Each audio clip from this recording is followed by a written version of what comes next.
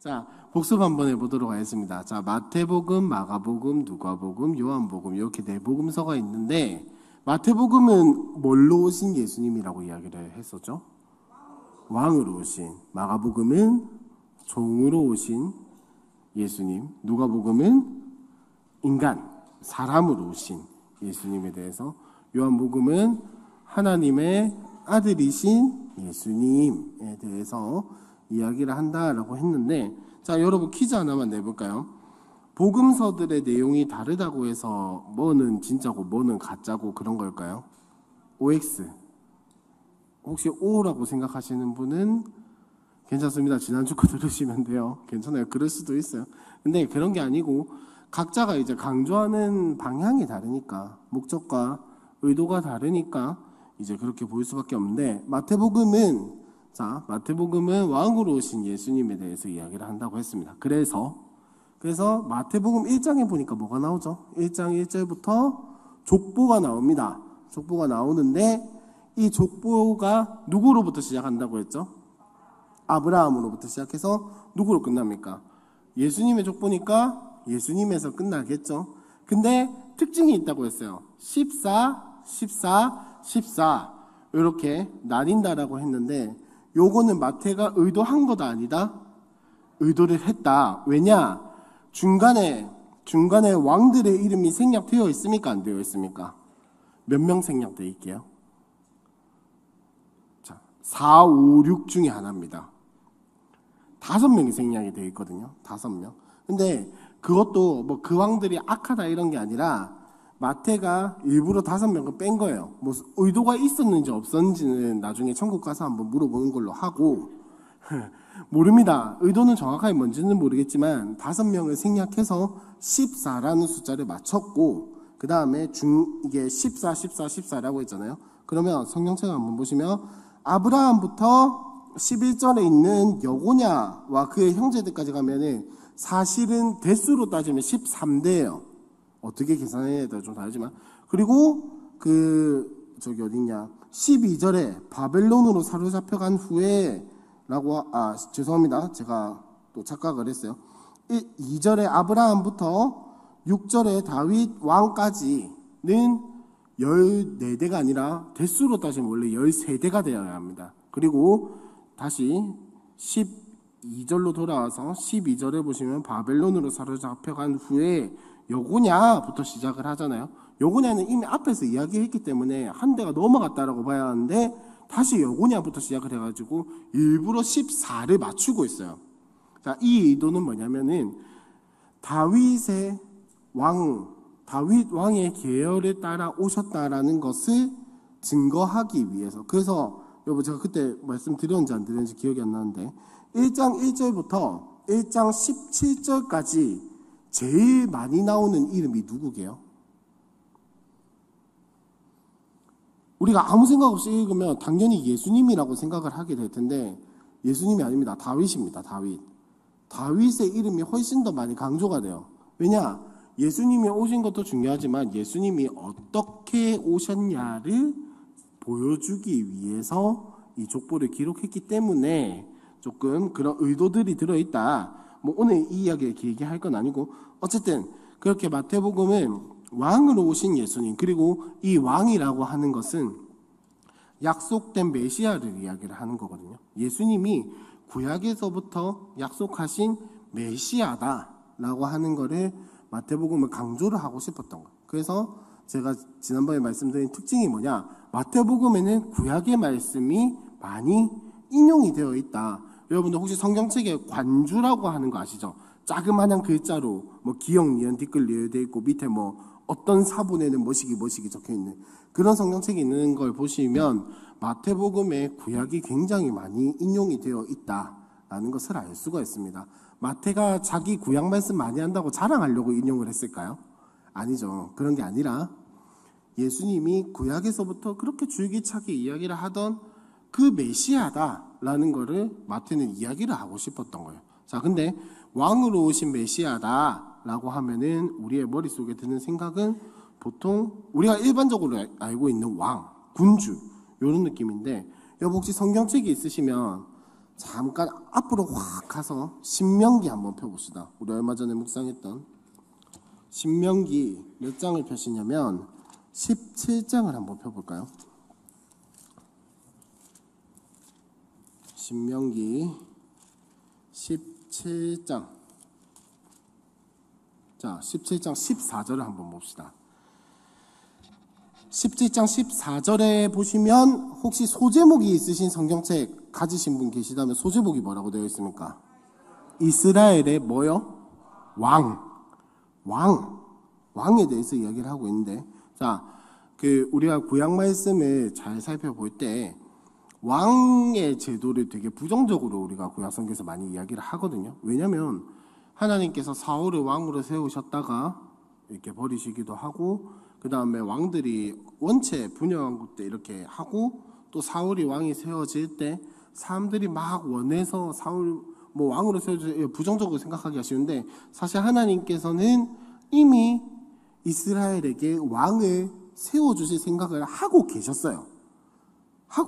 이미 가나안 땅에 들어가기 전부터 하나님은 이스라엘에게 왕을 주실 생각을 했다고요. 그래서 신명기 17장 14절 한번 보시면, 네가 네 하나님 여호와께서 네게 주시는 땅 어디겠습니까? 신명기에서 지금 주시려고 하는 땅이 어디겠습니까?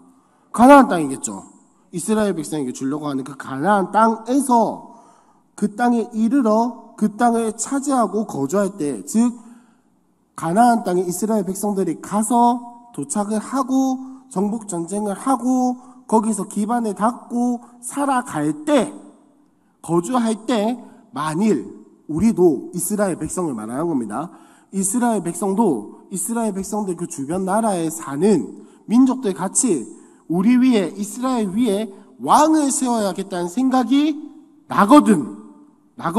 왕을 세워야겠다는 필요가 느껴지면 그때 어떻게 해야 하냐? 15절에 보니까 어떻게 되어 있습니까? 반드시 누구를 세우라고요?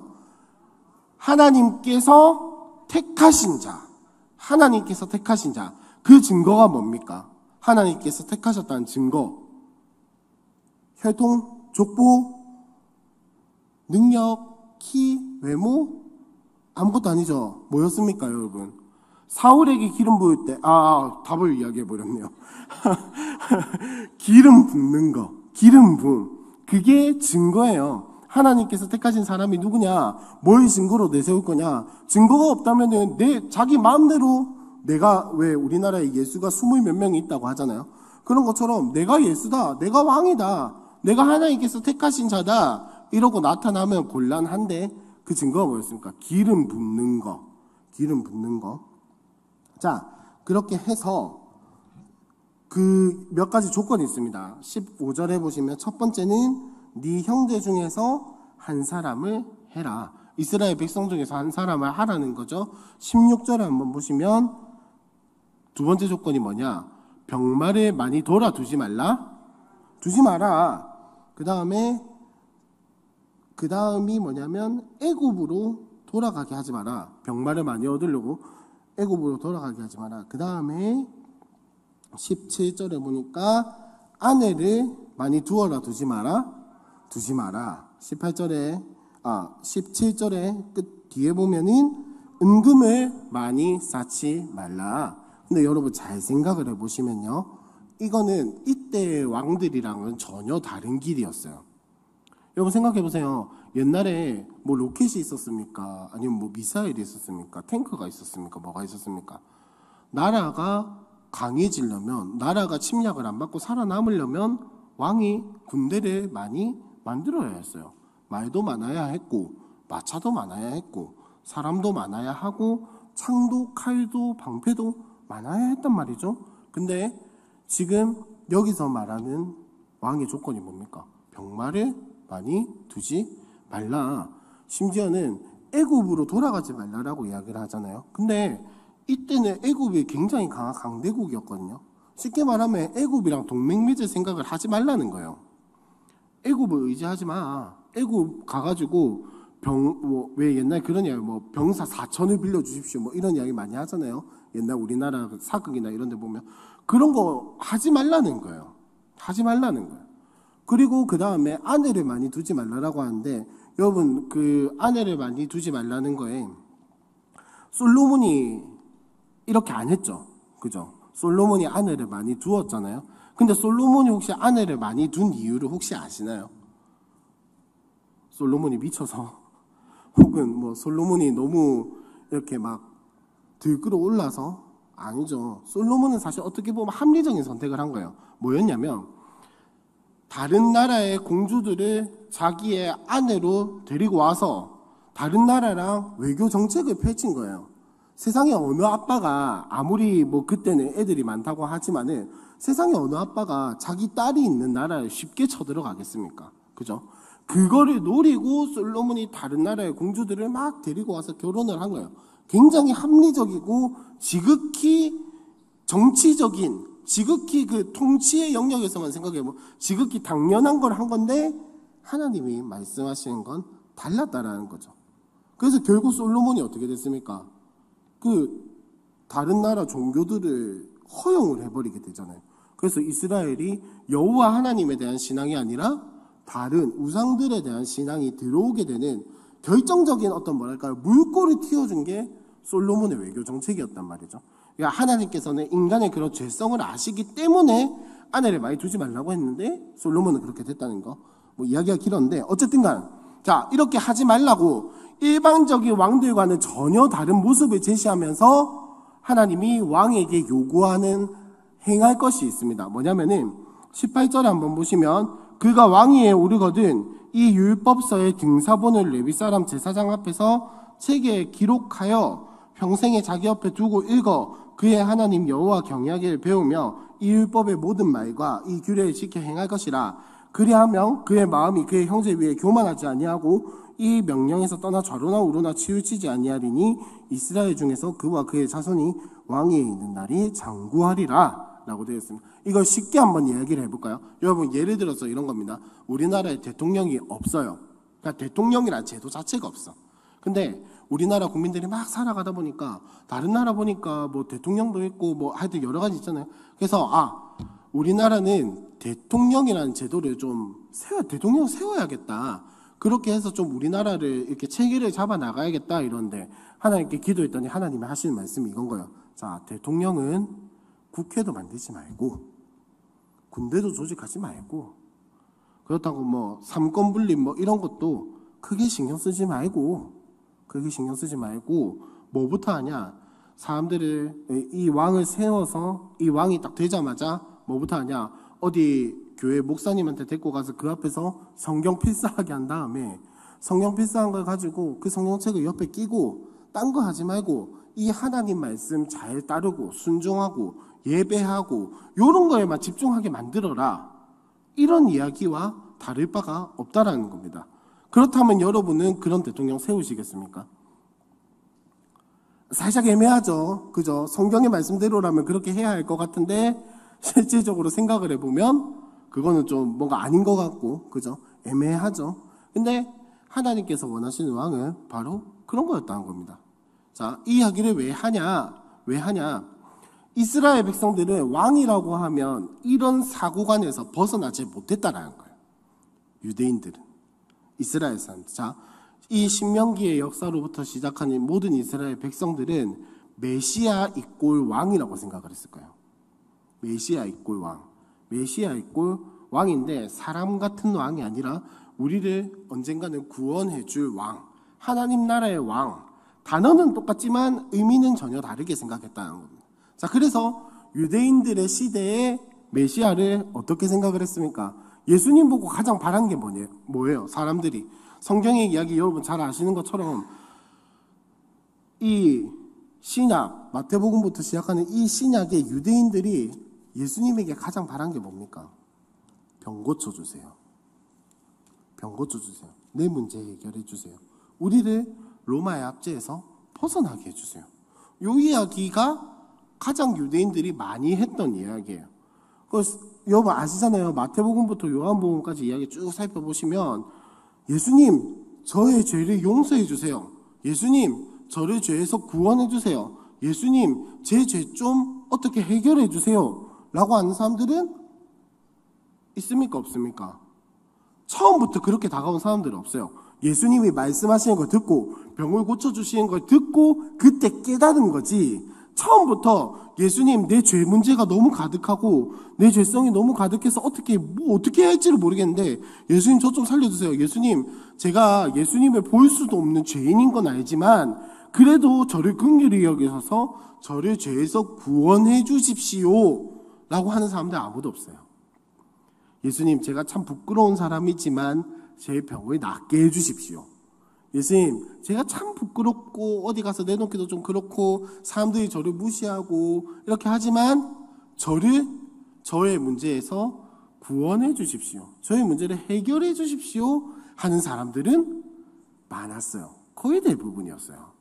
그러다가 예수님이 고쳐주시고 가라 이제 네 죄가 사하여졌다 라는 그 표적을 경험하고 이적을 경험하고 난 뒤에 예수님이 어떤 분이신지를 아니까 고백이 나오는 거죠. 자, 제가 지금 무슨 이야기를 드리는 거냐면 왕으로 오신 예수님이라고 하는 것은 우리가 생각하는 왕의 이미지와는 전혀 다르다라는 거예요. 천지 차이라는 거예요. 완전히 다르다라는 거예요. 우리가 흔히 말하는 구원자라고 하면은 이게 구원자 아무 기독교적인 베이스 없이 우리가 성경의 어떤 지식 아무것도 없이 구원받았다, 구원자가 나타났다 이러면 뭐부터 생각하겠습니까?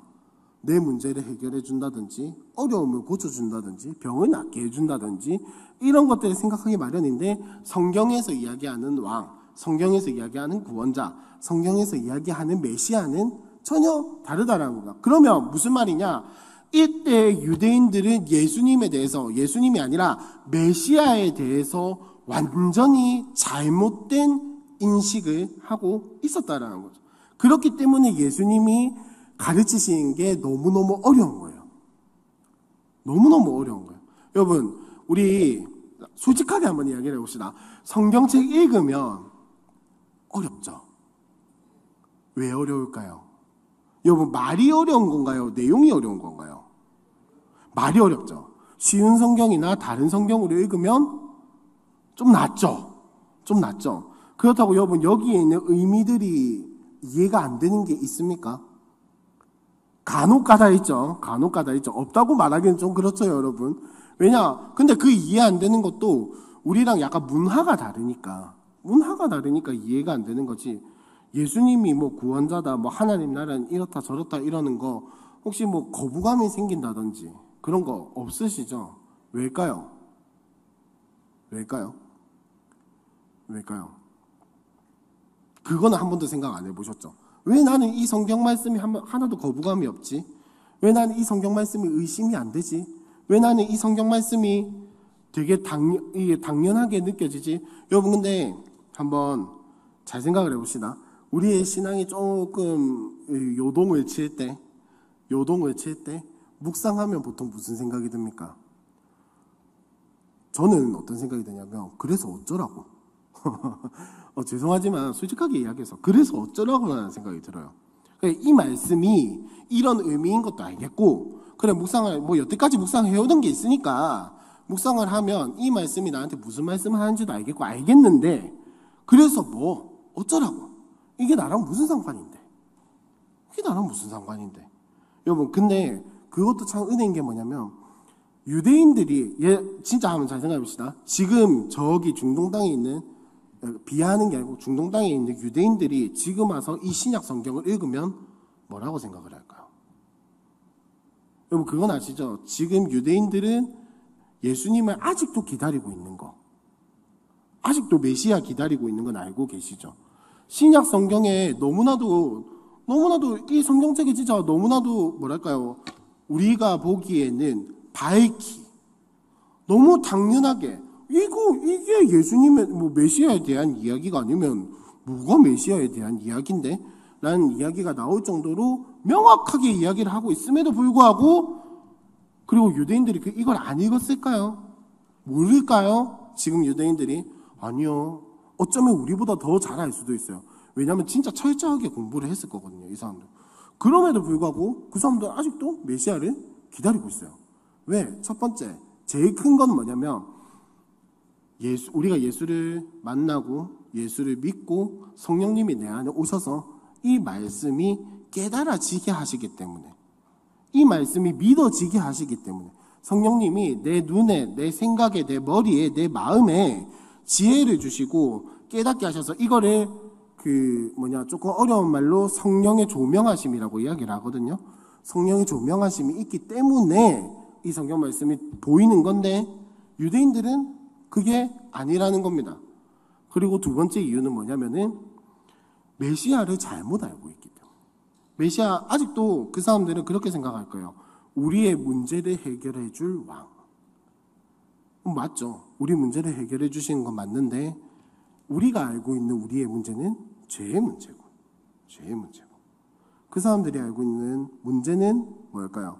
나라라든지 국가적인 문제나 이런 것들을 생각을 하기 때문에 왕에 대한 이해가 차이가 나는 겁니다. 그러니까 마태는 그 이야기를 하고 싶은 거예요. 이 이야기를 마태복음을 통해서 구약 성경부터 예언되어 온 메시아가 누구냐? 바로 예수님이다. 예수님으로 모든 말씀이 성취가 되었고 이야기들이 이어지고, 그래서 예수님이 우리를 위해서 이 땅에 오셨고 죽으셨고 부활하셨고 지금도 하늘 보좌 우편에서 우리를 위해서 중보하고 계신다라는 이야기를 마태는 진짜 너무너무 하고 싶은 거예요. 그래서 그런 관점으로 마태복음을 이야기를 한 건데, 자, 지난주에 이야기를 한 것처럼 마태복음은 5개의 설교를 중심으로 이야기들이 진행이 됩니다. 그래서 첫 번째는 예수님의 탄생과 어리적 이야기를 하고, 그 다음에 첫 번째 갈릴리 사역할 때, 갈릴리 사역을 하실 때 그 첫 번째 기점을 해서 무슨 설교로 마무리 지냐면 산상수훈, 산에서 한 이야기, 산에서 한 설교, 요걸로 이제 1장부터 4장까지 이야기를 마무리를 짓는데, 자, 산상수훈이라고 하면은 여러분 뭐에 대한 이야기라고 했죠? 팔보, 그리고 또 그죠? 인간은 망각의 동물이니까 망각한다는 건 참 좋은 일이에요. 왜냐면 제가 계속 가르칠 수 있으니까요. 자, 산상수훈은 뭐에 대한 이야기냐면 하나님 나라에 대한 이야기인데, 특히 처음 시작하는 팔복은 뭐에 대한 이야기라고 했습니까? 하나님 나라 백성의 정체성. 하나님 나라 백성은 누구인가? 가난해서 하나님을 찾는 사람, 애통해하면서 여호와를 기다리는 사람, 부르짖으면서 메시아를 찾는 사람. 이게 하나님 나라의 백성이다. 하나님 나라의 백성, 그건 뭘 복으로 받느냐? 하나님 나라에 살아가고 하나님 나라를 받고 하나님 나라에 누리고 하나님 나라에 통치하고 끝내는 완성된 하나님의 나라에서 영원히 살아가게 될 것이 하나님 나라 백성이 받는 복이다 라는 이야기가 팔복의 이야기입니다. 그러니까 팔복은 이 땅에서 받는 복을 이야기를 하는 게 아니에요. 뭘 이야기를 하는 거냐면, 우리가 태초부터 하나님의 마음에 의해서 계획되어서 영원히 살아가는 그 마지막 날까지 모든 우리가 복을 받은 걸 이야기를 하는 게 팔복이에요. 이 땅에서 받는 복은 지극히 작은 겁니다. 지극히 일부분이에요. 일부분. 팔복은 우리가 하나님 나라를 처음부터, 우리가 어쩌면 우리 다른 말로 표현을 하자면, 우리가 천지 창조될 때 하나님께서 태초에 작정하신 대로 우리가 지음을 받았잖아요. 태초에 작정하실 때부터 우리는 하나님 나라를 누리고 있었다라는 거예요. 다른 말로 하면, 그래서 우리는 완성된 하나님 나라에서 영원히 살아가요. 그러니까 쉽게 말하면 우리가 내세에 들어갈 천국, 내세에 맞이하게 될 천국, 예수님이 다시 오실 때 맞이하게 될 천국을 살아가는 그 모든 순간이 신자가 받은, 우리가 그리스도인들이 받은 하나님 나라의 복이라는 겁니다. 그러니까 이 산상수훈의 모든 이야기는 뭘 이야기를 하고 있냐면 하나님 나라 백성은 어떻게 살아가야 하는가. 그래서 여러분 마태복음 복습하는 김에 조금 더 이야기를 해볼까요? 5장 한번 펴보시면요. 마태복음 5장. 마태복음 5장에 보면은, 자, 팔복 이야기를 하고 나서 하나님 나라 백성은 이렇게 살아가야 한다라는 이야기들이 쭉 나오고 있어요. 마치 율법인 것처럼 보이지만 그게 아니라, 자, 어떻게 살아가야 한다라는 이야기가 쭉 나오고 있는데, 자, 5장에 한번 보십시오. 그 21절 한번 보시면 뭐 하지 말라라고 돼 있죠? 살인하지 말라, 화내지 말라. 그 다음에 27절을 보니까 간음하지 말라. 33절에 보니까 헛맹세하지 말라, 거짓말하지 말라는 거죠. 그 다음에 38절에 눈은 눈으로 이로 갚아야 했던 것을 너희가 들었으나 이런 악한 자를 대적하지 말라. 43절에 보니까 내 이웃을 사랑하고 원수를 미워하라 했다는 것을 너희가 들었으나 원수도 사랑하고 박해하는 자를 위해서도 기도해라. 이런 이야기가 나옵니다. 6장에 보니까 구제함을 은밀하게 해라 라고 이야기를 하고 주기도문 나오고, 16절에 보니까 금식 외식으로, 그러니까 남들한테 보이려고 금식하지 말라. 그 다음에 19절에 보니까 보물을 땅에 쌓아두지 말라, 하늘에 쌓아둬라. 이런 이야기를 쭉 하는데요. 자, 여러분 이 이야기들 보시면서 혹시 십계명이 떠오르지는 않으셨나요? 맞죠? 십계명, 그러니까 예수님이 지금 뭘 풀어주고 계신 거냐면 어떻게 보면 십계명을 풀어주고 계신 거예요. 왜? 이 이야기를 듣는 사람들 예수님 사역 초기란 말이에요. 갈릴리 어느 나라에 속한 지역입니까? 유대 땅에 속한 지역이잖아요. 유대인들이 살아가는 지역이었단 말이에요. 자, 그러면 산상수훈을 했다. 사람들이 막 몰려와가지고 예수님의 설교를 들었다. 어느 나라 사람의 확률이 높습니까? 너무나도 당연하게 유대인의 확률이 굉장히 높겠죠. 자, 그러면 예수님의 이 설교는 어떤 문화에 기반을 두고 있는 겁니까? 유대인의 문화에 기반을 두고 있는 거예요. 그럼 유대인들에게 가장 익숙한 법은 뭡니까? 십계명이겠죠. 십계명이겠죠. 자, 그러면 십계명은 우리는 너무나도 잘 알고 있지만 십계명의 진짜 의미가 뭡니까? 이걸 지켜야 산다? 우리한테는 아니죠. 우리한테 십계명은 뭡니까?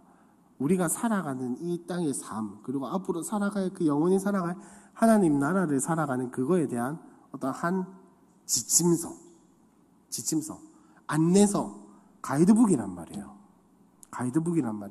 자, 그러면 예수님은 지금 유대인들에게 십계명을 소개해주고 있는 거예요. 자, 이거는 하나님이 너희를 괴롭히려고 주신 법이 아니라, 하나님이 너희를 죽이려고 주신 법이 아니라 뭐냐? 하나님 나라 백성이 이 땅에서 그리고 천국에서 하나님 나라를 살아가면서 어떻게 살아가야 하는지를 알려주는 가이드북이야, 안내서야 라는 거를 지금 이 산상수훈을 통해서 설명을 해주시는 거예요. 즉 산상수훈의 이 설교는 뭔 이야기냐면 하나님 나라를 어떻게 살아가야 하는가, 하나님 나라를 살아가는 하나님 백성은 어떻게 살아가면 되는가. 왜? 우리가 지금까지 살아온 것과는 완전히 다르기 때문에 이 나라는 어떻게 살아가면 되는가를 이야기를 해주는 게 이제 이 산상수훈이고, 그리고 여러분 이런 이야기는 옛날에 누가 할 수 있었겠습니까? 왕밖에 할 사람이 없어요. 여러분 산상수훈이라고 하는 이 설교 한 편, 요거는 마태복음에서밖에 안 나와요. 다른 데서는 예수님이 동산에 올라가서 설교하셨다 뭐 이런 이야기는 나오는데, 이렇게 길게 산상수훈이라고 칭할 만한 부분은 어디에서도 나오지 않습니다. 마태복음에서만 나와요. 근데 뭐 이 안에 있는 내용들이야 다른 복음서들에도 나오고 한데, 이렇게 한 편의 설교로 쭉 묶어 놓은 건 마태복음밖에 없다는 말입니다. 무슨 말이냐면은 예수님이 하나님 나라의 왕이시기 때문에 이 땅에서 아까 신명기 17장에 나오는 왕이 해야 할 일이 무엇입니까? 이 나라를 부국강병하게 하는 것이 아니라 말씀을 가장 가까이 하고 말씀을 가장 잘 지키고 백성들에게 말씀을 가르치는 게 왕이 해야 할 일이란 말이에요. 예수님이 그 삶을 몸소 보여주신 거예요. 예수님이 이 땅에서 말씀을 지키고 말씀 따라 행하고 말씀을 전파하시면서, 그래서 예수님이 사역을 시작하실 때 뭐라고요? 세례 요한을 통해서 먼저 선포된 게 뭡니까? 회개하라. 뭐가 가까웠다? 천국이 가까웠다. 예수님이 물론 이제 뭐 여러 가지 영적 의미가 있다마는 간단하게 이야기를 하자면, 예수님이 왕이라는 요것만 이야기를 하자면 세례 요한 다음에 오실 분이 예수님이고 하나님 나라가 가까이 도래했기 때문에 예수님이 이제 하나님 나라에 대해서 알려주고 계신 거예요. 왜? 왕이시니까. 가장 그 하나님 나라에 가까이 하고 가장 하나님 나라에 살아내시고 가장 하나님 나라에 전파하시는 분이 예수님이니까. 마태는 이런 구조를 통해서도 그 이야기를 한 거고, 어쨌든 자 8장에서부터 보면은 두 번째 갈릴리 사역, 8장이 맞죠? 8장에서부터 두 번째 갈릴리 사역이 시작이 돼서 10장에 보니까 이제 제자들을 향한 교훈이라는 두 번째 설교를 시작을 합니다. 근데 이 또한 마찬가지로 예수님이 왕이시라는 것이 보이는 게 뭐냐면은, 여러분 10장 2절에 한번 보시면 12제자의 이름부터 등장이 하죠. 12제자의 이름이 나오고 나서 자 10장 7절에 한번 보시면 6절부터 한번 볼게요. 오히려 이스라엘 집에 어린 양, 잃어버린 양에게로 가라. 가면서 전파하여 말하되 천국이 가까이 왔다 하고 병든 자를 고치며 죽은 자를 살리며 나병한 자를 깨끗하게 하며 귀신을 쫓아내되 너희가 거저 받았으니 거저 주라 라는 이 이야기를 하시는데, 이게 뭐냐면은 왕적인 선언이에요. 이런 권위를 줄 수 있는 게 누구밖에 없습니까? 하나님밖에 없잖아요. 하나님밖에 없잖아요. 그 권위를 지금 예수님이 보여주신 거예요. 보여주신 거예요. 무슨 말이냐? 예수님이 제자들을 보내면서 하시는 말씀이 그냥 보내는 게 아니라 하나님의 권위를 받아서 예수님이 지금 파송을 하고 계신 거죠. 자, 그래서 이 10장 또한 마찬가지로 하나님 나라의 왕이신 예수님이 제자들을 파송하는 이야기.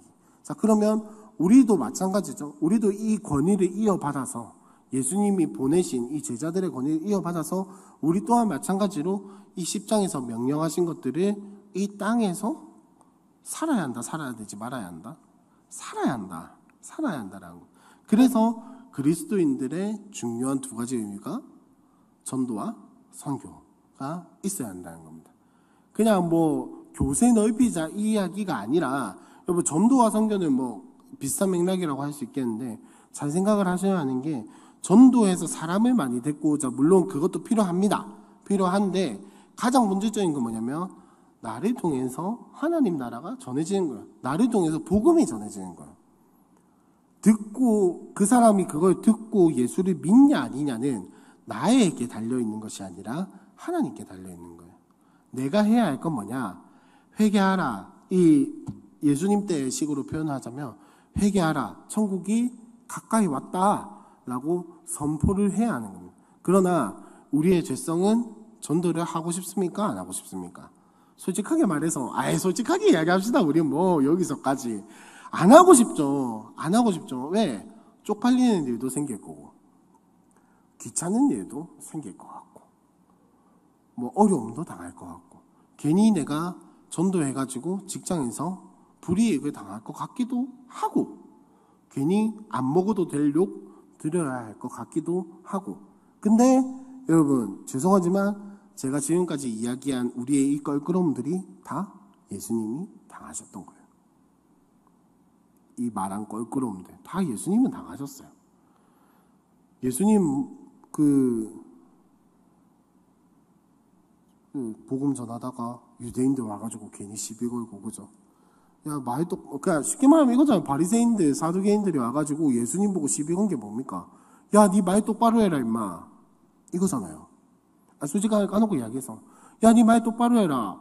구약 성경에 어디에 글을 적혀 있대? 자, 네가 그렇게 이야기를 하면 구약 성경에는 이런 말씀들이 있는데, 니는 이거 가지고 뭐라 할래? 이렇게 시비 거신 거잖아요. 시비 거신 게 아니라 걸었잖아요. 걔네들은 걸었잖아요. 그러니까 예수님이 거기에 대해서 대답을 해주시고. 그러니까 우리가 사실 전도하고 선교하고 이런 것들을 되게 부담을 가지고 해야 하지만은, 진짜 중요한 건 뭐냐면 10장의 이야기를 따라가자면 어디에 가서 복음을 전해도 세상은 우리를 환영하지 않을 것이다. 그러나 하나님 나라를 전하면서 살아가야 한다. 왜? 우리는 세상과 같지 않기 때문에. 하나님이 예수님을 보내가지고 하나님 나라를 확장하셨던 것처럼 우리 또한 마찬가지로 그 예수님의 하신 일들을 닮아서 하나님 나라를 확장하면서 살아가는 것, 그게 그리스도인들의 삶이다. 천국 백성의 삶이다 라는 이야기를 하고 있는, 여기까지가 지난주의 이야기였어요. 여기까지가. 자, 오늘은 마태복음 나머지 11장부터 나머지 끝까지 다 하려고 합니다. 끝까지 다 하려고요. 하지만 짧게 한번 제가 좀 안 어렵게 잘 한번 해보도록 하겠습니다. 자, 11장부터는 예수님의 세 번째 갈릴리 사역이 나오는데, 여기서부터 뭐가 나오냐면 본격적으로 유대인들, 바리새인들, 특히 바리새인들과 서기관들 뭐 이런 사람들이 예수님한테 시비를 걸기 시작해요. 본격적으로. 마태복음의 이야기에서 보면 11장부터 본격적으로 시비를 걸기 시작하는데, 자, 그 전에 11장 1절에 한번 11장 2절에 한번 보시면, 요한이, 여기서 말하는 요한은 제자가 아니라 세례 요한입니다. 옥에서 감옥에 잡혔어요. 지금 감옥에 잡혀가지고 예수님이 하신 이야기를 듣고 제자들을 보내가지고 예수께 여짜오되, 3절에 보니까 뭐라고 되어 있죠? 오실 그이가 당신이 오니까 우리가 다른 일을 기다리오니까. 무슨 말입니까? 예수님한테 세례 요한이 예수님한테 제자들을 모여서 물어본 거예요. 당신이 메시아입니까? 당신이 그 구약에서부터 약속된 그 사람 맞습니까? 라고 물어본 거예요. 그러니까 예수님의 대답이 뭡니까? 제자들한테 하는 이야기죠. 네가 가서 듣고 보고 한 것을 요한에게 알리되, 맹인이 보고 못 걷는 사람이 걷고 나병한 자가 깨끗함을 받고, 하여튼 기적을 본 것을 가서 이야기해서 복음이 전파된다 하라 라고 이야기를 합니다. 그 다음에 누구든지 나로 말미암아 실족하지 아니하는 자는 복이 있도다 라고 하면서, 자, 그들이 떠나매 제자들이 가고 나서 세례 요한의 제자들이 가고 나서 예수께서 무리에게, 그 주변에 있는 사람들에게 세례 요한에 대해서 이야기를 하시는데, 자, 뭐라고 이야기를 하시는지 한번 봅시다. 너희가 무엇을 보려고 광야에 나갔더냐? 바람에 흔들리는 갈대냐? 그러면 너희가 무엇을 보려고 나갔더냐? 부드러운 옷 입은 사람이냐? 부드러운 옷을 입은 사람은 왕궁에 있느니라. 그러면 너희가 어찌하여 나갔더냐? 선지자를 보기 위함이었더냐? 옳다. 내가 너희에게 이르노니 선지자보다 더 나은 자니라 라고 이야기를 하면서, 그 뒤에 내용이 뭐냐면은, 자, 세례 요한과 사람들이 세례 요한을 싫어하고, 지금 세례 요한이 옥에 갇혔잖아요. 누가 고발을 했겠습니까? 세례 요한을. 일반 백성들이 세례 요한을 고발을 했을까요? 아니요. 바리새인들과 서기관들이 고발을 했습니다. 왜일까요? 회개하라 천국이 가까웠다는 것은 바리새인들이 믿고 있는 구약 성경과는 다른 이야기였기 때문에. 그래서 거부한 거예요. 자, 그래서 사람들에게 알려주는 거예요. 사람들이 왜 세례 요한을 쉽게 말하면 이겁니다. 이 내용이 뭐냐면, 사람들이 왜 세례 요한을 싫어할까? 사람들이 왜 세례 요한을 미워할까? 사람들이 왜 예수를 거부하고 싫어할까? 뭐 때문이냐? 우리가 진리를 전하기 때문에. 쉽게 말해서 지금 우리식으로 이야기를 하자면, 세상이 왜 교회를 미워하고, 세상이 왜 교회를 싫어하고, 왜 교회만 유독 잘못한 걸 가지고 이렇게 시비가 걸릴까? 라는 이 질문에 예수님의 대답은 뭐냐면은, 진리가 있기 때문에. 십자가가 있기 때문에 세상이 교회를 미워하고 싫어한다는 거. 물론 지금 이 시대에 하여튼 비유하자면 그렇다는 거고, 예수님이 이야기를 하시는 게 뭐냐면은, 지금 예수님과 세례 요한을 사람들이 거부하고 싫어하는 이유는 이제 세례 요한이나 예수님 혹은 그 사람들의 문제가 인격이나 생활 방식의 차이뿐만 아니라 천국이 가까웠으니 회개하라는 메시지가 있기 때문에. 바리새인들이 회개하는 걸 정말 싫어했거든요. 정말 좋아했어요. 근데 이 사람들에게 회개하라라고 이야기를 하면 굉장히 싫어했어요. 왜일까요? 자기는 자기가 회개할 때 다 했다라고 생각을 하거든요. 그러니까 누가 자기의 죄에 대해서 건드리는 거를 못 견뎌하는 거예요. 왜?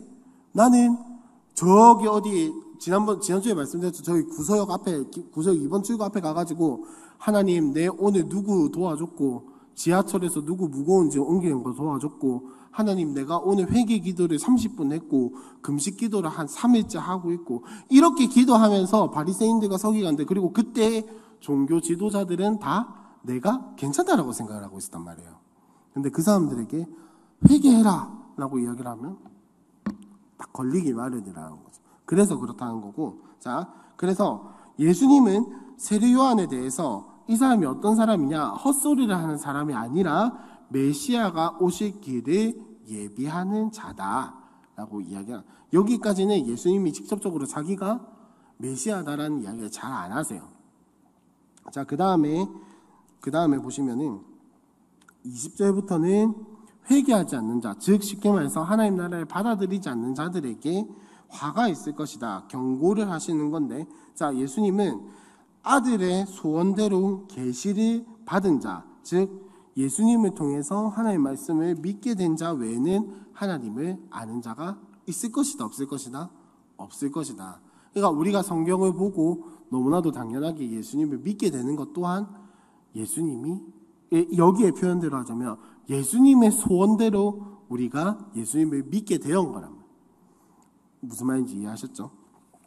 자, 그 다음에 나오는 이야기들이 뭐냐면은, 자, 12장에 보니까 1절에 한번 볼까요? 그때 예수께서 안식일에 밀밭 사이로 가실새 제자들이 시장하여 이삭을 잘라 먹으니 바리새인들이 보고 예수께 말하되 보시오, 당신의 제자들이 안식일에 하지 못할 일을 하나이다 라고 이야기를 하죠. 근데 여러분, 안식일에 밀이삭을 베어 먹으면 될까요 안 될까요? 여러분, 주일에 외식하면 될까요 안 될까요? 주일에 셀 모임 때 저기 밖에 어디 고급 레스토랑 가서 셀런들이랑 분위기 좀 내면 될까요 안 될까요? 대답하기가 좀 어려우시죠? 그죠? 지금 바리새인들이 예수님께 이야기하는 게 바로 그겁니다. 야, 안식일에 밀이삭을 잘라 먹어도 됩니까? 안식일에는 아무 노동도 하지 말라고 했는데, 그래서 이 사람들은 이때 유대인들부터 시작해서 안식일에는 정해진 걸음수가 있어요. 정해진 걸어갈 수 있는 거리가 정해져 있어요. 저 걸어갈 수 있는 동네가 정해져 있어요. 그리고 안식일에는 사람을 고치지도 못해요. 근데 밀이삭, 이거 예수님의 제자들이 밀밭 사이로 가면서 이삭 잘라 먹었을 때 얼마나 잘라 먹었을까요? 이마에 잘라 먹었을까요? 아니죠. 그냥 그 허기를 면할 정도만 잘라 먹었겠죠. 근데 지금 바리새인들이 그걸 보고 예수님께 이야기하고, 자, 봐라, 너희 제자들 지금 안식일에 대한 율법을 어기고 있다, 이래 이야기를 하고 있습니다.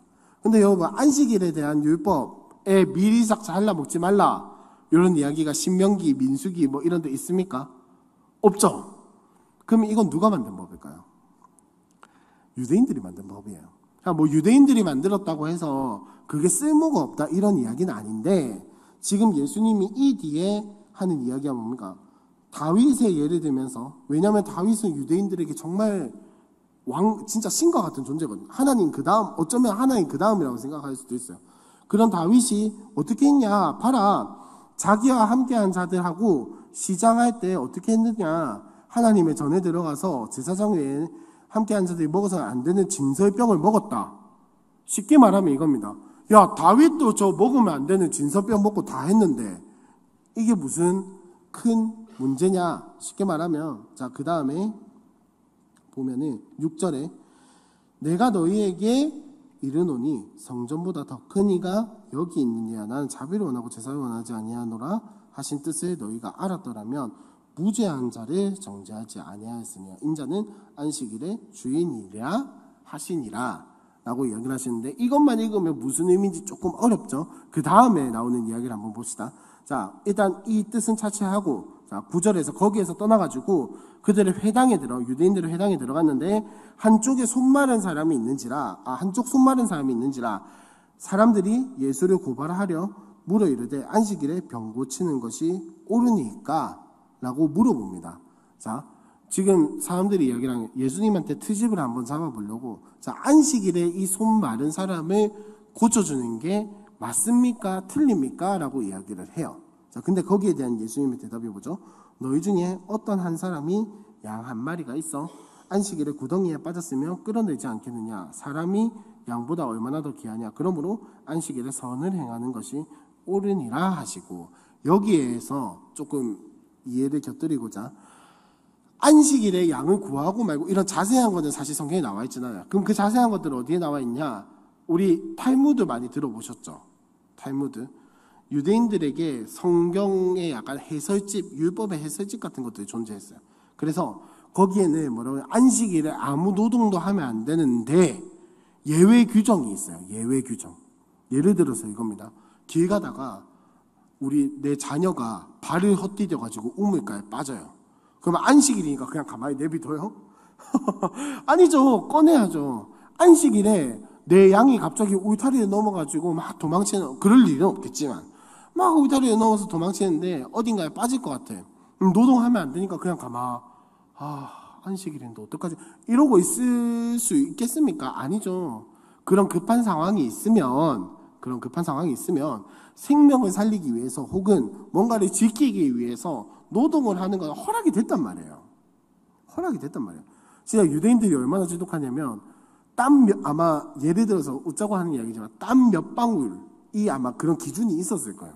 예를 들면 노동에 대해서 땀 3방울 이상 흘리면 노동이다. 2방울까지는 괜찮다. 뭐 요런 예를 들면 이런 거 예를 들면 진짜로 그런 게 있는 건 아니고요. 예를 들면 그렇다는 겁니다. 그러니까 예수님이 지금 그 이야기를 하시는 거예요. 야, 너희는 너희 자녀의 생명, 네 재산을 지키기 위해서 그런 예외 규정을 두면서 생명을 살리기 위해서 뭔가를 지키기 위해서 안식일에 그런 예외 규정을 두고 하는데 이 손마른 사람을 살리는 거 생명을 살리는 일이 아니냐라는 거예요. 하나님이 진짜 원하시는 게 뭘까? 제 식으로 한번 예수님 이야기를 풀어보자면 얘들아 하나님이 진짜 율법을 주신 이유가 뭘까? 안식일을 진짜 기억해서 거룩하게 지키는 게 뭘까? 안식일에 안식을 하는 게 뭐겠니? 생명을 죽이는 거겠니? 생명을 살리는 거겠니? 한 영혼을 긍휼히 여기는 거겠니? 안 여기는 거겠니? 에 대해서 질문을 하신 바리새인들은 지금 이 이야기를 하면 항상 예로 드는 게 있는데 여러분 명지에 있는 호산나 교회 아시죠? 명지에 있는 호산나 교회 교단이 어딘지 혹시 아시나요? 고신이랑 비슷한 이름이에요. 합신이라는 교단이거든요. 근데 이 합신이라는 교단이 고신에서 갈라져 나간 교단이거든요. 고신에서 갈라져 나간 교단인데 혹시 그 이유가 뭔지 혹시 실수로 알아버렸다. 옛날에 저 박현준 목사가 고신교단 역사 이런 거 수요 성령대학 했었는데 그때가 갑자기 기억이 나버렸다 하시는 분 안 계시죠? 다행입니다. 망각의 동물은 망각이 참 좋은 거예요. 자, 합신이라는 게 어떻게 생겨난 교단이냐면 옛날에 박윤선이라는 목사님이 계셨어요. 박윤선이라는 목사님이 계셨는데 그분이 고신교단에서 나가게 되면서 세워진 교단이거든요. 근데 나가게 된 계기가 뭐였냐면 한 선교사님이 우리나라에 들어오셨어요. 들어오셨는데 하필이면 출항하는 날짜가 주일이 돼버렸어요. 하필 주일이 됐는데 주일에 정확하게 모르겠습니다. 어째 하다 보니 지각을 하게 된 거예요. 그래서 주일 예배를 드리고 가야 하는데 못 드리고 가게 돼버린 거예요. 지각이었나? 배 시간이 갑자기 바뀌었나? 하여튼 그랬어요. 그래서 주일 예배를 못 드리고 가야 하는데 심지어 시간까지 촉박한 거야. 그래서 어떻게 했냐면 최후의 수단으로 택시를 이용을 했어요. 근데 이게 문제가 됐던 거예요. 택시 타서 부두에서 가가지고 지금 우리로 치면 간단하게 거기서 기도하고 예배드리고 잠깐 예배드리고 주일날 그 선교사님을 파송하고 그 주일 오전 흔히 말하는 주일 대예배 주일 오전 예배를 못 드리게 된 거예요. 이게 문제가 됐었던 겁니다. 그래서 그때 당시에 모르겠어요. 마음이 어땠는지 모르겠지만 사람들이 막 그 박윤성 목사님한테 어디 지금 주일에 감히 택시를 타노? 어디 주일에 택시 어디 돈을 쓰노? 옛날에 고신교회 옛날에 다니신 분들은 아실 거예요. 주일에 주일에 나가서 밥 사먹으면 큰일 납니다.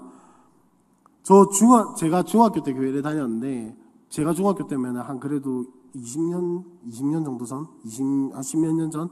이때 저희 중고등부 애들은 주일날 밖에 나가서 주일날 찬양팀 회식이 잡혔다 이러면은 장로님도 눈 피해서 다녔어요. 장로님도 눈 피해가지고 가가지고 심지어는 장로님한테 이게 그 재정 청구를 할 때 장로님한테 재정 청구를 하면서 자, 우리 재정 청구 오늘 좀 주시면 안 될까요? 왜? 중고등부 회식하려고요. 일하면 진짜 장로님 막 그 자리에서 어대 주일에 돈에서 밥 먹는 거 좀 다른 날 해라. 토요일 날 너가 안 보이냐? 막 오만 잔소리 다 들었었단 말이에요. 자, 그런 고진의 분위기에서 주일날 옛날에는 더 했겠죠. 택시를 탔어요. 근데 심지어 주일 예배도 못 드렸어. 교회 안에서, 교회당에서 주일 예배도 못 드렸어. 난리가 난 거예요. 그래서 박윤선 박사님이 덕이 안 된다. 내가 이렇게 남아있는 것이 덕이 안 된다 싶어서 교단에 나가게 됐고, 그래서 따로 이렇게 교단이 세워지게 된 게 합신의 유래란 말이에요. 합신의 그게 유래거든요. 자, 뭐 물론 각자의 신앙의 길이 다르기 때문에 그럴 수도 있겠지만 그게 뭐 잘못됐다 잘했다 이 이야기를 하고 싶은 게 아니라 지금 바리새인들이 예수님을 공격하는 게 바로 이런 건덕지를 이야기를 하는 거예요. 그거는 뭐 죄와 죄의 문제는 아니라고 생각을 합니다. 저는 죄와 죄의 문제는 아닌데, 죄냐 죄가 아니냐 이 문제는 아닌데 이런 것과 비슷하다라는 거예요. 이런 것과 비슷하다라는 거예요. 그래서 바리새인들이 예수님한테 지금 던진 게 안식일에 무슨 노동을 하냐, 안식일에 무슨 안식하지 못하고 쉬지 못하고 다른 일을 하냐. 근데 예수님이 말씀하시는 건 그 안식이란 문자에 얽매여 있는 게 아니었단 말이에요. 유대인들은 안식이란 문자에 얽매여 있었어요. 안식 무슨 말입니까? 쉬는 거잖아요. 아무것도 하면 안 된다. 쉬는 거. 근데 여러분 쉬는 것도 사람마다 의미가 다 다르잖아요. 그죠? 어떤 사람은 사부작 뭘 하면서 쉬는 사람이 있고, 어떤 사람은 진짜 아무것도 안 하고 침대에 누워서 꼼짝 마라 이렇게 하면서 쉬는 사람이 있고, 그 왜 MBTI 보면 E랑 I의 결정적인 차이가 혹시 뭔지 아세요? E는 사람을 만나도 쉴 수 있어요. I는 사람을 만나는 순간 못 쉬어요. 이게 E랑 I의 결정적인 차이거든요. 잘 생각해 보세요. 내가 사람 만나면서도 쉴 수 있는지, 아니면 사람 만나는 것 자체가 에너지를 뺏긴다라고 생각을 하는지. 뭐 일단 이건 여담이고, 어쨌든 예수님은 지금 안식일에 안식하는 거, 하나님이 이 땅을 말씀으로 1일부터 6일까지 쫙 창조하신 뒤에 7일에 안식하신 게 뭘 의미를 하는지, 진짜 그 안식일의 정신이 뭔지, 생명을 살리는 게 안식일의 정신인지, 생명을 그냥 가만히 내버려 두는 것이 안식일의 정신인지, 어느 게 하나님 나라인지를 바리새인들에게 역질문하시는 거예요. 생각해봐라. 하나님 나라.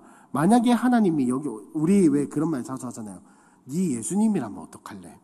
저는 저희 중고등부에다 참 많이 물어보거든요. 막 지금 막 자기 딴에, 우리 애들 보면은 자기 딴에 막 이렇게 뭐 분에 차거나 막 이렇게 저렇게 해가지고, 목사님 뭐 교회에서 이러면 안 되고 저러면 안 되고 이러는데, 가만히 듣고 있다가 그래 알겠는데, 그래서 예수님이라면 뭐라고 하실 것 같은데, 가만히 듣고 있다가 그래서 예수님이라면 어떻게 할 것 같은데, 이러면은 머리가 좀 굴러가는 애들은 알아들어요. 무슨 말인지.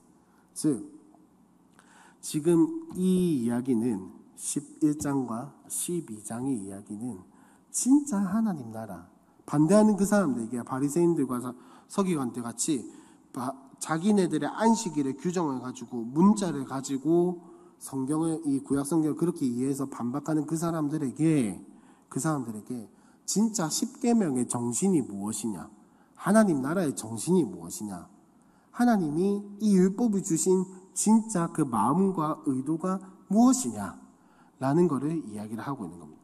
그래서 13장에 한번 보시면요, 네 가지 땅에 떨어진 비유, 네 가지 땅에 떨어진 씨 비유, 이렇게 이야기를 하면서, 자, 이 이야기는 우리의 신앙에 대한 이야기가 될 수도 있고, 우리의 마음의 자세, 태도에 대한 이야기가 될 수 있겠지만, 중요한 건 뭐냐면은 이 이야기는 이 흐름으로 봤을 때에는 하나님 나라에 대한 이야기예요. 천국에 대한 이야기예요. 네 가지 땅에 떨어진 씨가 있죠. 씨가 어디 떨어졌습니까? 길가, 그 다음에 돌밭, 그 다음 가시떨기 좋은 땅, 이렇게 이야기를 하는데, 자, 그 다음에 11절에 보니까 예수님이 제자들에게 대답을 하시는데 뭐라고 대답합니까?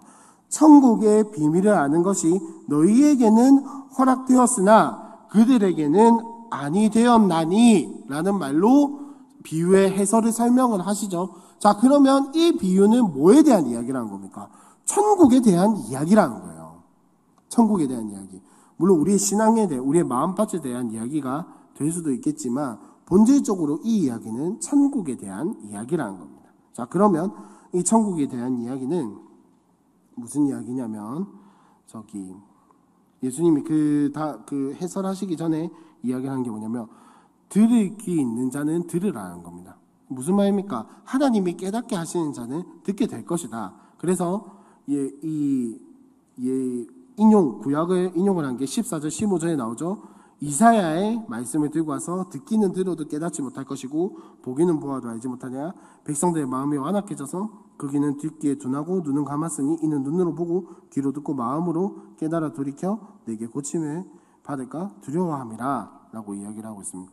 자, 무슨 말이죠? 이 이사야 당시에 이스라엘 백성들이 선지자를 통해서 말씀을 들었는데 깨닫습니까? 못 깨닫습니까? 못 깨닫는 사람이 태반이었어요. 그죠? 못 깨닫는 사람이 태반이었고 하나님이 깨닫게 하실 때가 되어야 이 사람들이 깨닫게 되었던 건데 지금 그 이야기를 하고 계신 거예요. 제자들이 예수님한테 물어보잖아요. 왜 비유로 굳이 이야기를 하십니까? 그냥 직접적으로 설명을 해주면 되지. 왜 비유로 굳이 이야기를 하십니까? 예수님의 말씀이 뭐냐면 비유로 하더라도 들을 게 있는 자는 듣는다는 거예요. 깨닫게 되지 않는 듣고 하나님이 태초부터 선택하신 작정하신 그 사람은 깨닫게 된다라는 겁니다. 왜? 천국에 대한 이야기는 하나님 나라 백성만 이해할 수 있기 때문에. 이거는 뭐 신천지같이 그런 비유에 대한 그런 이야기가 아니라 아까도 말씀드렸잖아요. 지금 유대인들이 신약 성경 본다고 예수님 믿습니까? 아니죠. 하나님 말씀은 하나님이 깨닫게 하시는 자만 이해할 수 있어요. 근데 이게 옛날에 중세시대 교회처럼 사제들만 깨달을 수 있다는 게 아니라 성령이 함께 하시는 모든 그리스도인은 이 성경 말씀을 이해할 수 있습니다. 그러면 성령이 함께 하시는 그리스도인은 어떤 그리스도인일까요? 그냥 예수님 믿는 모든 사람이요. 모든 그리스도인은 성령이 함께 하십니다. 하여튼 그 이야기를 하고 있는 거고, 그래서 이 네 가지 땅에 떨어진 씨 비유 하면서 마지막에 23절에 한번 보시면, 자, 결론은 이거죠.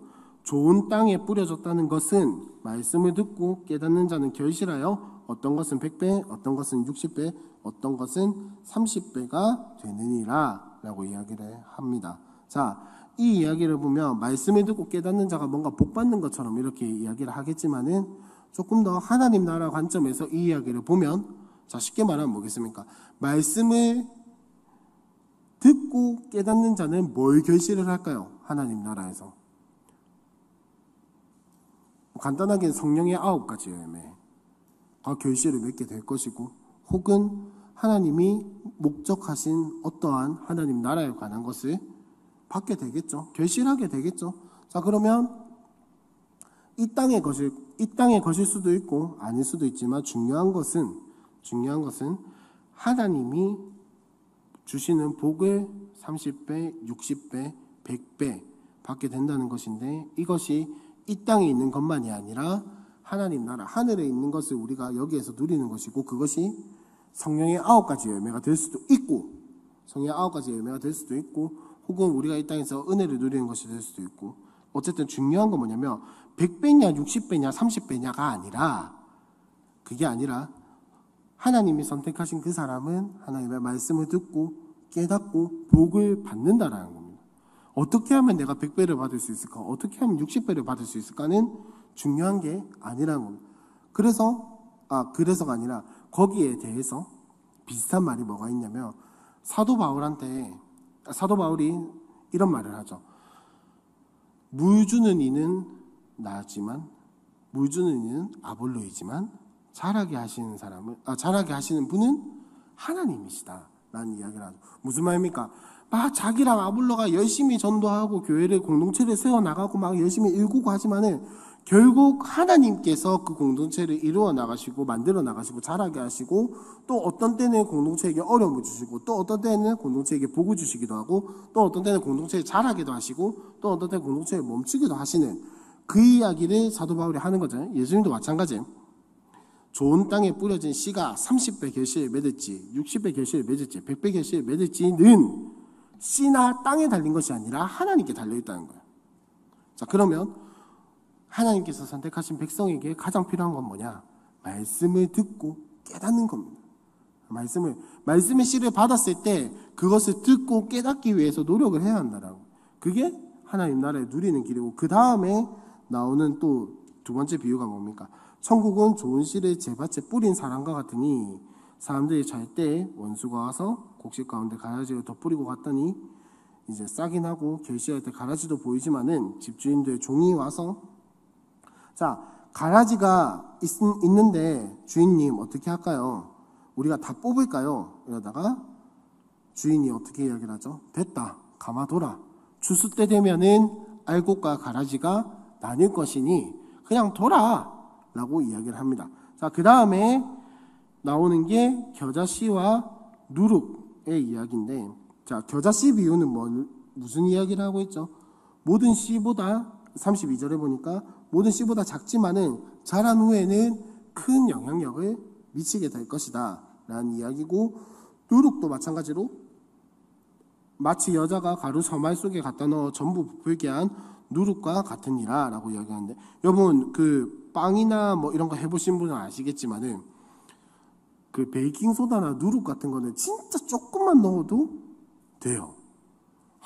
이렇게 빵 요따만한 거 만드는데 베이킹소다 이렇게 한 숟가락씩 집어 넣으시면 아무도 없잖아요. 그죠? 베이킹소다라든지 이런 거는, 누룩은 특히 작게만 있어도 이게 그 조건만 잘 갖춰지면 엄청 많은 것에 영향을 미친나 봐요. 이게 무슨 말이냐면, 겨자씨와 누룩 이야기는 아주 작은 겨자씨, 아주 작은 누룩이 큰 영향력을 미치게 된다는 거예요. 자, 그러면 여러분, 자 33절 한번 봅시다. 누룩 이야기. 자, 천국은 마치 여자가 가루 서말 속에 갖다 넣어 전부 부풀게 한 누룩과 같으니라 라고 이야기를 할 때, 요소가 여자, 가루 서말, 그 다음에 누룩, 요 세 개가 나오는데, 이 세 개 중에 어느 게 천국을 이야기를 하는 걸까요? 여자, 가루 서말, 누룩, 요 세 개가 등장을 하는데, 이 중에 어느 게 천국을 이야기를 하는 걸까요? 여러분들이 보시기엔 어떻습니까? 자, 여기에서 천국은 누룩입니다. 누룩이에요, 누룩. 누룩인데, 여기서 말한 게 아까 말했던 이 누룩이 지금 가루 서말 모두에 영향을 미쳤잖아요. 그죠? 작은 누룩이 가루 서말 전체에 영향을 미쳤는데, 천국이 마치 이런 것이다 라는 이야기를 하고 있는 거예요. 즉 천국의 영향력에 대해서 이야기를 하고 있는 거거든요. 근데 요거를 신천지에서는, 이단들에서는 되게 잘 끼워 맞춰요. 그게 어디 나와 있냐면, 저기 우리 1층에 올라가시면 그 교역자 사무실 말고 사무관장님 사무실 있죠. 1층 카페 문 앞에 기둥이 하나 있거든요. 그 기둥에 보시면 신천지가 이렇게 사람을 낚습니다 라고 하는 포스터가 있습니다. 그거 한번 꼭 읽어보세요. 이게 무슨 말이냐면, 이게 뭐라고 이야기를 하냐면, 자, 신천지 그걸로, 전 신천지는 아닌데 신천지의 이야기를 한번 해볼게요. 신천지에서는 여자가 말씀 사역자라고 이야기를 하고요.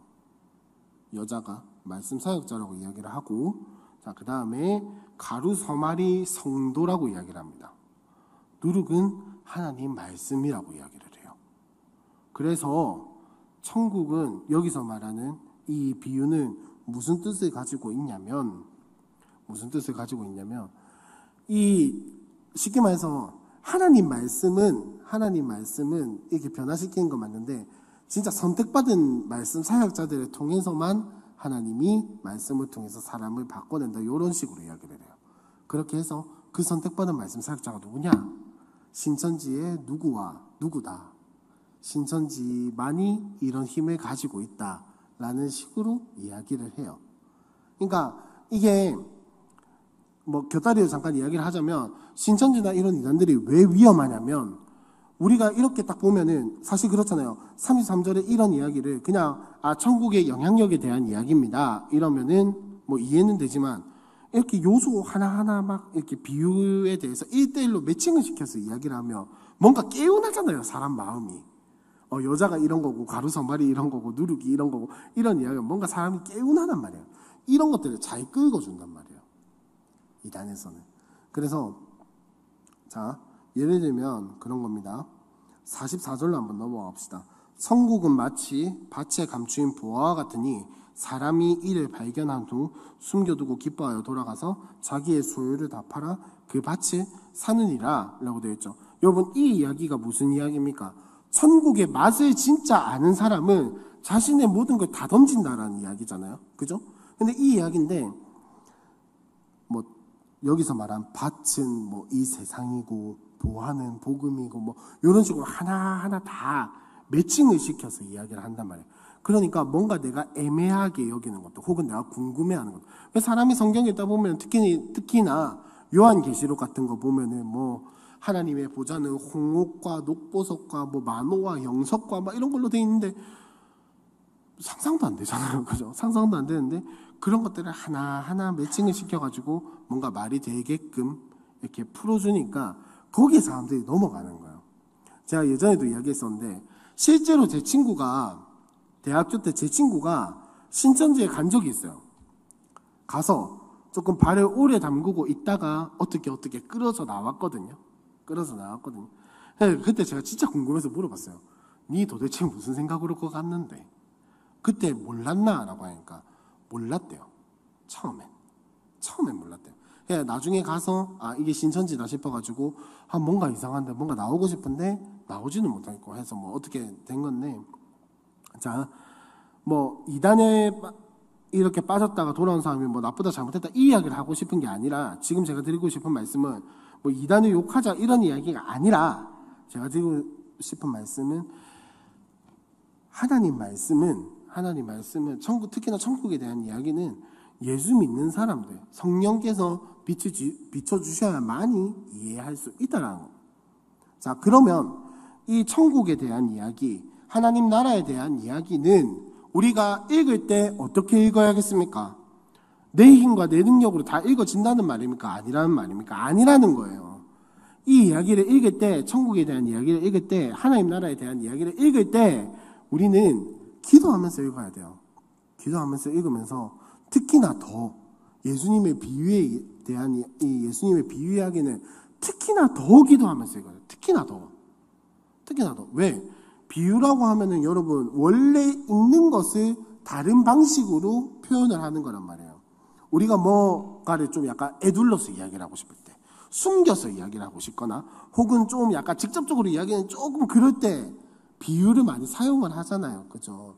풍자를 많이 풍자라든지 이런 것들 많이 사용을 하잖아요. 무슨 말이냐면은 예수님은 지금 들을 게 있는 자들은 들으라. 하나님이 선택하신 자들은 이 이야기를 듣고 깨닫게 될 것을 알고 계셨기 때문에 이렇게 이야기를 하셨단 말이에요. 그러니까 우리는 특별히 이 이야기를 기도하면서 읽어야 하고 어쨌든 간 마태복음 13장은 천국에 대한 이야기를 하면서 자 죄송해요. 제가 한번 잠깐만. 네. 천국에 대한 이야기를 하면서 자 예수님이 이 천국에 대한 이야기를 하면서 진짜 죄송해요. 천국에 대한 이야기를 하면서 마지막으로 이야기를 한 게 47절 한번 보시면요. 자, 그물 이야기를 하면서 마무리하시는데 자, 요 그물에 대한 이야기 또한 마찬가지로 아까 알곡과 가라지 비유처럼 마지막 심판 때 예수님의 제자들 그러니까 지금 우리로 치면 예수 믿는 모든 사람들을 세상의 악인들로부터 구별해가지고 악인들은 처벌당할 것이다 라는 이야기를 하고 있잖아요. 자, 이전에 예수님의 갈릴리 사역에서 무슨 일이 점차 생겨나고 있다라고 이야기를 했습니까? 바리새인들의 반대, 서기관들의 시비, 점점 생겨나고 있다라고 이야기를 했잖아요. 자, 그래서 예수님은 이 이야기를 하시는 거예요. 제자들은 어떻게 생각을 했을까요? 예수님 따라가는 사람들은 어떻게 생각했을까요? 이제 예수님의 영향력이 점점 커지면서 따라다니는 제자들 또한 예수님이 시비 걸리는, 이렇게 표현해서 좀 죄송합니다만 시비 당하는 모습을 많이 봤겠죠. 그러면 제자들의 마음속에 의심이 생길까요? 안 생길까요? 생기겠죠. 두려움이 생길까요? 안 생길까요? 생기겠죠. 저 분명히 예수님이 이야기하는 거 하나님 말씀 같은데 예수님이 이야기하는 거 참된 하나님의 말씀인 것 같고 구약을 정말 바리새인들이나 서기관들처럼 외식하면서 풀어내는 게 아니라 자기네들 식으로 풀어내는 게 아니라 진짜 아까 그 첫 번째 비유에서도 나왔던 것처럼 권위 있는 자와 같은 그런 말씀으로 들리는데 자기네들이 원래 살아가고 있던 세상의 바리새인들과 서기관들은 예수님을 자꾸 반대하고 공격하고 틀렸다고 이야기를 하고 잘못했다라고 이야기를 하니까 제자들의 마음속에는 두려움이 생기겠죠. 여러분, 우리가 예수 처음 믿을 때 한번 생각을 해봅시다. 예수 처음 믿고 저는 그 이야기를 많이 들어요. 꼭 교회 가야 하나? 왜냐면 한창 놀 때였거든요. 중학생 때니까. 그리고 그때는 여러분 여기에 계신 어른분들은 다 아시겠지만 옛날에 토요일에 노는 거 있었습니까? 없었죠. 불과 십몇 년 전만 해도 토요일에 노는 게 어디 있습니까? 토요일에 학교 가야죠. 일하러 가야죠. 주 6일째 너무나도 당연한 거였는데 지금은 아니잖아요. 그러니까 저와 저의 친구들 입장에서는 유일하게 하루 종일 놀 수 있는 건 일요일밖에 없어요. 근데 일요일에 내가 갑자기 교회를 간대. 친구들 막 약속하면 놀러 간대. 애들 입장에서는 저한테 할 수 있는 말이 그거밖에 없었죠. 굳이 교회를 가야 하나? 꼭 가야 해? 꼭 주일에 가야 돼? 남자들 군대 가서 제일 많이 듣는 이야기가 그거죠. 일요일에 교회 가야 하나? 작업 잡혀있다 이러면은 일요일에 교회 가야 하나? 이런 이야기 참 많이 듣거든요. 근데 우리는 그걸 절대 포기 못하죠. 왜? 그게 하나님 나라를 살아가는 방법이라는 걸 알기 때문에. 이것도 마찬가지예요. 이것도 마찬가지예요. 자, 넘어가서 이제 13장 53절부터는 다른 이야기가 시작이 되는데 이제는 갈릴리 사역이 조금 더 넓어집니다. 그래서 북쪽으로 이어지는데, 자, 북쪽으로 이어졌다 하니까 약간 감이 안 오시죠? 쉽게 말하면 뭐냐면은 이방인들도 예수님을 만나기 시작했다는 거예요. 여러분, 여기까지는 이방인들이 예수님 만난 거 등장을 안 하거든요. 근데 14장부터는 이방인을 만나는 것들이 조금씩 등장을 합니다. 자, 그 전에 14장에 한번 보시면요. 13절에 무슨 이야기가 나옵니까? 오병이어. 우리가 흔히 말하는 오병이어가 나오죠. 5개의 떡과 2마리의 물고기 가지고 많은 사람들을 먹인 게 등장을 하는데 이 또한 마찬가지로 이 이야기는 사실 오병이어 이야기는 물리를 걸으신 예수님 사건과 연결해서 보는 게 좋아요. 자, 왜냐면 21절에 보니까 먹은 사람은 여자와 어린이 외에 5,000명이나 되었더라. 쉽게 말해서 어마무시하게 많은 사람이 밥을 먹었는데 그 뒤에 22절에 예수님이 어떻게 하십니까? 사람들을 앉혀놓고 가르치시거나 사람들에게 설교를 하시거나 뭔가 다른 기적을 보여주신 게 아니라 어떻게 하시죠? 즉시 제자들을 재촉해서 자기가 무리를 보내는 동안에 배를 타고 앞서 건너편으로 가게 하시고 라고 이야기를 하시죠. 자, 우리가 생각하기에 지금이 딱 설교할 절호의 기회 아닌가요? 그죠? 베드로가 그 성령 받고 난 뒤에 몇천 명한테 설교 한 번에 몇천 명을 회심을 시키잖아요. 지금이 딱 그 타이밍 아닙니까? 떡 5개와 물고기 2마리 가지고 몇천 명의 혹은 만 몇천 명의 사람들을 먹이시고 그러고도 남은 이 상황에, 이 엄청난 상황에 설교 한번 탁 때리면 사람들이 예수님을 믿지 않을까요? 근데 예수님은 그렇게 하지 않으시고 어떻게 하십니까? 즉시 제자들을 재촉해서 제자들 빨리 보내버리고 본인 또한 23절에 보니까 무리를 보내고 제자들도 배 태워 보내고 본인은 따로 산에 기도하러 가셨어요. 근데 마태복음에서는 정확하게 나오지는 않지만 다른 복음서들, 마가복음이나 요한복음이나 이런 데서 보면은 무리들이 예수님을 대표로 세우려고 막 모여든단 말이에요. 쫙 모여들어요. 근데 이 무리들이 원하는 게 뭐였을까요? 이 무리들이라고 하면은 유대인이거든요. 유대인들이란 말이에요. 유대인들이 모여가지고 예수님이 행하시는 이 기적을 보고 예수님께 바란 게 뭐였을까요? 뭐 소소하게는 병 고침, 자신의 문제 해결 이런 것들이 있겠지만 무리가 집단으로 모였을 때, 집단으로 딱 모였을 때 유대인들이 가장 바라는 건 제가 지난번에도 말씀드린 것처럼 우리나라 그 백범 김구 선생님의 소원이 뭐였습니까? 첫 번째도 독립, 두 번째도 독립, 세 번째도 독립. 유대인들도 마찬가지였을 거란 말이에요. 유대인들도 마찬가지로 로마의 압제에서 우리가 벗어나서 그때 옛날에 다윗 왕 때와 같은 그 부국 강병, 솔로몬 때 그 은이 발에 차고 넘쳤다고 하는 그 그 명성, 그 위대함, 그 하나님이 일하시는 엄청난, 그 하나님이 일하시는 것 같은 그 엄청난 그 나라, 그걸 이루고 싶은 게 유대인들의 마음이었단 말이에요. 유대인들이 생각하는 메시아는 바로 그런 메시아입니다. 옛날에 다윗과 같은, 솔로몬과 같은 그 왕국을 재건해 줄 사람. 재건해 줄 사람. 그 사람을 바랬기 때문에 여기에 모인 유대인 무리들 또한 마찬가지로 예수님을 보고 어떤 생각이 들었겠습니까? 전마다. 저 사람이다. 저 사람이 우리를 다윗 왕국 때와 같은 그 전성기로 돌려줄 것이다. 사람들이 쫙 모여가지고 예수님 대단한 것 같으니까 왕으로 세워서 저 사람을 우리의 왕으로 세우자. 그러지 않았을까요? 그래서 예수님이 제자들을 급히 반대편 배 타고 딴 쪽으로 보내시고 예수님은 또 웃긴 게 따라가신 게 아니라 산으로 기도하러 올라갔어요. 근데 진짜 소름 돋는 건 뭐냐면 여기서는 안 나오는데 무리들이 예수님과 제자들이 어디로 갔는지 이미 알고 있었어요. 그래서 막 자기네들 걸어서 막 따라가거든요. 일단 이건 나중에 이야기고. 어쨌든 자 그런데 일단 여기까지 하고 그런데 예수님이 지금 보내고 나서 혼자 계시는데 배는 이미 떠났어요. 왜? 예수님이 보냈으니까. 그럼 예수님은 못하고 갈까요? 무리를 걸어가셨잖아요. 그죠? 무리를 걸어가셨잖아요. 근데 제자들 또한 마찬가지 생각을 했겠죠. 예수님 어째 오지? 예수님 어떻게 올라 그러지? 어떻게 하지? 그 생각이 있는 와중에 갑자기 배에서 바람이 불고 파도가 치고 난리도 아닌 거예요. 근데 그 밤 어둑어둑할 때 예수님이 물 위를 그 물결이 치고 바람이 부는 그 물 위를 걸어서 오신 거예요. 유명한 이야기죠. 여러분 잘 아시는 이야기고 유명한 이야기죠. 그래서 베드로가 어떻게 합니까? 저 귀신이다. 귀신이다. 이렇게 하니까 예수님이 뭐라고 이야기하시면 27절에 안심하라. 난이 두려워하지 말라. 라고 이야기해서 베드로가 뭐라고요?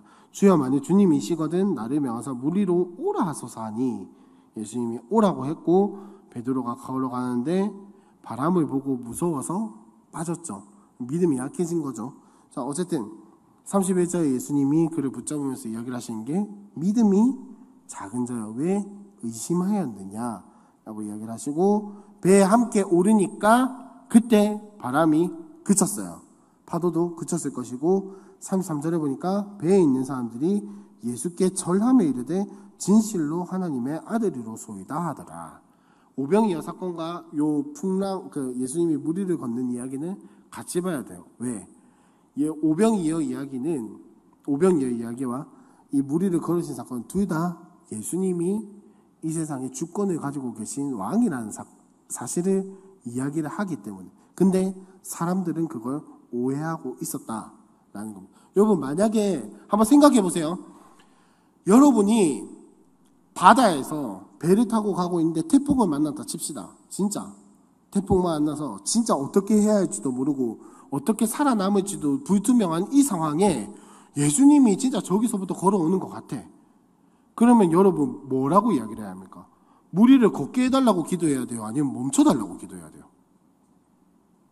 당연히 상식적으로는 일단 물부터 멈추고 나서 뭐 걸어가든지 말든지 그걸 해야 할 텐데 지금 베드로는 주님 멈춰주십시오가 아니라 무리를 걷게 해주십시오라고 이야기를 하고 있어요. 여러분 만약에 이 세상에 마술이라는 게 있다면 태풍을 그치게 하는 마술이 더 힘이 셀까요? 무리를 걷는 마술이 더 힘이 셀까요? 만약에 있다면 태풍을 그치게 하는 게 쉬울까요? 무리를 걷는 게 쉬울까요? 무리를 걷는 게 더 쉽겠죠. 무리를 걷는 거야. 내 한 몸만 건사하면 되니까. 태풍을 그치게 하는 거는 자연을 다스리는 일인데 어떻게 합니까? 여러분 조금 힌트가 되셨나요? 이 무리를 걸으신 사건은 단순히 예수님이 능력이 있다는 걸 이야기를 하는 게 아닙니다. 그게 아니라 예수님이 천하 만물의 주권자이시다라는 것을 보여주는 사건이에요. 그러니까 예수님이 배에 오르자마자 그친 거예요. 왜? 예수님이 주인이시니까. 예수님이 주인이시니까. 그래서 자, 오병이어 사건과 이 무리를 걸으시는 사건은 둘 다 똑같이 예수님이 주권자, 만물의 주권자이시다라는 것을 이야기를 하는 겁니다. 자, 그 다음에 15장으로 넘어가면은 장로들의 전통에 대해서 얘기를 하는데, 요거는 쉽게 말하면 요것도 아까 앞서 말씀드렸던 바리새인들이 시비를 거는 거예요. 그 율법을 가지고, 규정들을 가지고. 자, 그 다음 쭉 넘어가서요.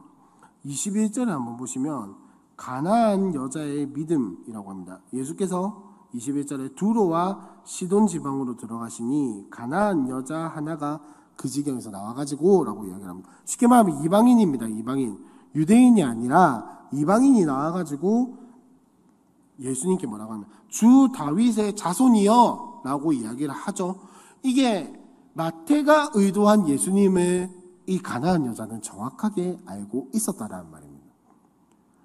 저 예수는 구약부터 예언되어져 내려온 다윗의 그 왕위를 따라서 태어날 메시아가 맞구나라고 인정을 하는 거예요. 이게 뭐 실제로 이 사람이 영적인 믿음을 가졌는지 아닌지는 잘 모르겠지만 어쨌든 이런 이야기들도 있고요. 이방인들에 대한 이야기 나오고, 그 다음에 16장으로 넘어가면 바리새인들과 사두개인들이 예수님께 무슨 이야기를 합니까? 당신이 진짜 메시아면 표적을 보여라 라고 이야기를 하니까 이 예수님의 대답이 무엇입니까? 예수님의 대답이 뭐죠? 4절에 보니까 악하고 음란한 세대가 표적을 구하나 요나의 표적밖에는 내가 보여줄 표적이 없느니라 라고 이야기를 하는데, 여러분 요나의 표적이 뭘까요? 자, 요나, 선지자 요나 한번 생각해 봅시다. 요나가 어떤 일을 겪었습니까? 아니, 그 전에 요나가 받은 사명이 뭐였습니까? 혹시 요나가 받은 사명이 뭔지 기억나시는 분? 저기 어디 가서 회개를 외쳐라라고 이야기를 했는데 어디였습니까? 니느웨죠. 니느웨는 이스라엘의 땅일까요? 아닐까요? 그죠? 아수르의 수도였단 말이에요. 즉 쉽게 말하면 요나는 그때 당시의 선지자들은 남유다나 북이스라엘이나 자기의 동족들에게 가서 여호와에 대한 말씀을 선포하는 게 그 당시 일반적인 선지자들의 사명이었습니다. 근데 요나는 선지자로 부르심을 받았는데 어디 가서 회개를 전파하라고요? 아수르의 수도 니느웨에 가서. 근데 여러분 이때 아수르는 북이스라엘이랑 싸우고 있을 때가 친할 때가 아니라고요. 원수일 때란 말이에요. 근데 요나 보고 가라고 해요. 그래서 요나가 어떻게 합니까? 니느웨요? 니느웨 같은 소리 하네 이러면서 다시스로 가잖아요. 그죠? 다시스로 간단 말이에요. 그러다가 어떻게 됩니까? 물고기한테 톡 잡아먹혀가지고 3일 동안 잡혀있다가 톡 배 타짐을 당하고 니느웨로 가서 회개하라고 이야기를 하는데, 여러분 아시죠? 니느웨라는 성읍이 절대 작은 성읍이 아닌데 요나는 하루 만에 끝냈습니다. 쉽게 말하면 뭐냐면, 니느웨가 요 동그란 원의 모양이라고 치면은 이렇게 다 돌면서 회개하라고 전파를 했었어야 했는데, 얘는 지금 요렇게 한번 훑고 넘어간 거예요. 뭐 다음에 기회가 있으면 좀 더 자세하게 이야기를 하겠지만, 어쨌든 요나의 표적밖에는 보여줄 게 없다라고 하는 것은 지금 예수님이 뭘 염두에 두고 이야기를 하신 거냐면 부활을 염두에 두고 이야기를 하시는 거예요.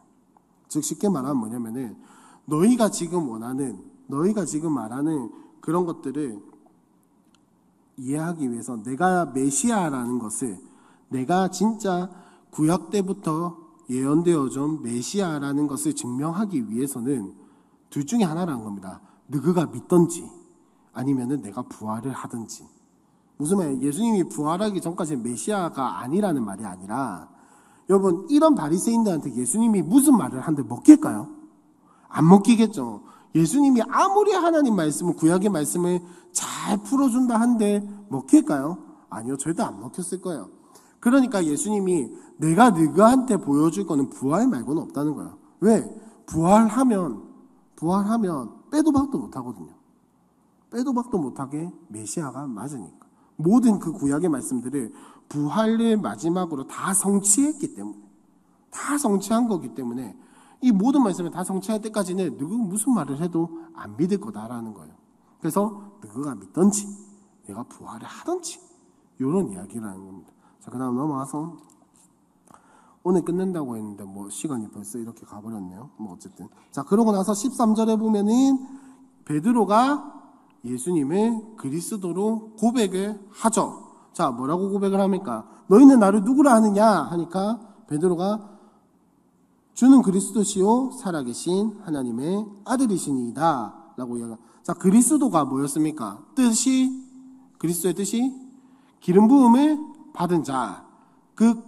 즉 이 말은 무슨 말이냐?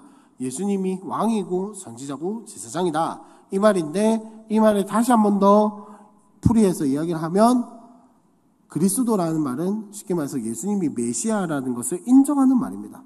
즉 베드로의 이 고백은 예수님이 우리를 구원할 메시아시요, 구약부터 되어져 온 메시아시요, 우리의 구원자시고 그 다음에 살아계신 하나님의 아들이십니다 라고 인정을 하는 겁니다. 즉 예수님이 왕이시라는 것을 인정하는 말이 바로 주는 그리스도시요 살아계신 하나님의 아들이십니다 라고 이야기를 하니까 예수님이 이야기를 하신 경우, 이것을 알게 한 사람이 누구라고요?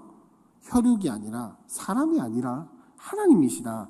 하나님이 지금 너를 깨닫게 하셨다라고 이야기를 하면서 베드로에게 뭐라고 이야기를 하십니까? 음부의 권세가 너를 이기지 못하고 천국 열쇠를 네게 주리니 네가 땅에서 무엇이든지 매면 하늘에서도 매일 것이요 네가 땅에서 무엇이든지 풀면 하늘에서도 풀리리라 라고 하면서, 이것 때문에 천주교의 교황이 풀이하는 말씀이 하나님의 말씀인 것처럼 받아들이게 되는 게 바로 요것 때문입니다. 천주교에서는 뭐 지금은 조금 덜해요. 지금은 교리들이 많이 고쳐져서 조금 덜한데, 원칙적으로는 교황이 선포하는 교리는 성경이 말하는 교리와 맞먹습니다. 원칙적으로는. 그래서 만약에, 진짜 말도 안 되는 상상이지만 예를 들어서 만약에 성경에서는 예수님이 십자가에 달려 죽으셨다, 그래서 우리를 구원하셨다라고 이야기를 하는데, 뭐 예를 들어서 교황이 십자가가 아니고 그냥 뭐 참수형이었다 이렇게 말하면은 그 내용들이 바뀌게 되는 거예요. 무슨 말인지 되게 말도 안 되는 이야기인데, 그만큼 교황의 말이 중요하다는 겁니다. 뭘 근거로 이야기를 하냐? 바로 요 구절의 근거로. 네가 땅에서도 매면, 왜냐면 여러분 천주교의 1대 교황이 누구게요? 베드로입니다. 베드로예요. 1대 교황이 베드로예요. 이 말씀의 근거로 지금 교회가 베드로로부터 시작이 됐다라고 생각을 하는 거예요. 뭐 어쨌든 이 이야기에 대한 그거는 다음에 한번 하도록 하고, 어쨌든 이 이야기에서 예수님이 지금 마태가 의도하는 게 뭐냐면은 예수님이 진짜 메시아다라는 겁니다. 그리고 예수님, 베드로를 포함해서 예수 믿는 사람들, 예수님의 제자들은 바로 이 권세, 예수님께서 이 땅에 가지고 온 이 하나님 나라에 대한 권세를 교회 또한 이어받았다라는 거, 그 이야기를 하고 있는 겁니다. 자, 그 다음 17장으로 넘어가시면, 조금 빨리 할게요. 17장으로 넘어가시면 흔히 말하는 변화산 사건 들어보셨죠? 예수님이 산에 올라가더만은 갑자기 막 구름이 끼고 막 이렇게 막 빛나더만은 누군가가 나타나죠. 모세랑 엘리야, 그죠? 모세랑 엘리야가 나타나가지고 예수님이랑 셋이서 뭐 쑥덕쑥덕 하더만은 예수님이 내려오셨다. 요 이야기가 변화산 사건 이야기인데, 여러분 지난번에도 말씀드렸지만은 유대인들에게 구약에서 가장 중요한 인물 두 명을 꼽으라 하면은 다윗 빼고 모세와 엘리야 이 두 사람이거든요. 자, 이 이야기가 나온 이유, 예수님이 이런 일을 행하신 이유가 뭘까요? 모세와 엘리야보다 더 크신 이가 여기에 있다는. 그래서 제자들이 자 보시면은 10절에 한번 보시면 제자들이 물어 이르되 그러면 어찌하여 서기관들이 엘리야가 먼저 와야 하리라 하나이까? 라고 이야기를 하죠. 자, 이 말이 무슨 말이냐면은 이때 바리새인들과 서기관들이 성경을 제일 잘 아는 사람들이었잖아요. 그죠? 이 성경을 제일 잘 아는 사람들이 말하는 게 뭐냐면은 메시아가 오기 전에 그 길을 예비할 사람이 온다라는 거예요. 근데 세례요한이 이미 왔잖아요. 그죠? 세례요한이 와서 회개하라 천국이 가까웠느니라 라고 이야기를 하면서 예수님이 오셨잖아요. 그죠? 예수님이 본격적으로 사역을 시작하셨죠. 우리가 보기에는 그런데 지금 유대인들이 보기에는 그게 아니라는 겁니다. 우리가 흔히 그 제자들의 믿음이 대단하긴 하지만 제자들이라고 해서 막 이렇게 예수님처럼 할 필요는 없어요. 제자들도 연약했고 제자들도 사람이었고 나중에 예수님이 살아나셨다라는 이야기를 그 마리아와 가서 이야기하잖아요. 제자들한테. 근데 그때 제자들 분위기가 어땠습니까? 믿었어요 그걸? 안 믿었죠. 예수님이 부활하실 거라는 이야기를 듣고도 예수님이 부활하셨다 하니까 에이 무슨 지금 예수님이 진작에 부활하셨으면 우리한테 왔지 무슨. 그래서 예수님이 자기네들끼리 기도할 때 예수님이 뿅 하고 딱 나타나시니까 사람들이 어떻게 하면 웅성웅성 하잖아요. 맞나? 진짜가? 뭔데? 이랬는데 도마가 그게 달에 있었잖아요. 예수님 진짜면 한번 만져봐도 돼요? 라고 물어봐. 이미 눈으로 봤으면 되지 뭘 더 만져봐요. 우리가 생각하기엔 그런데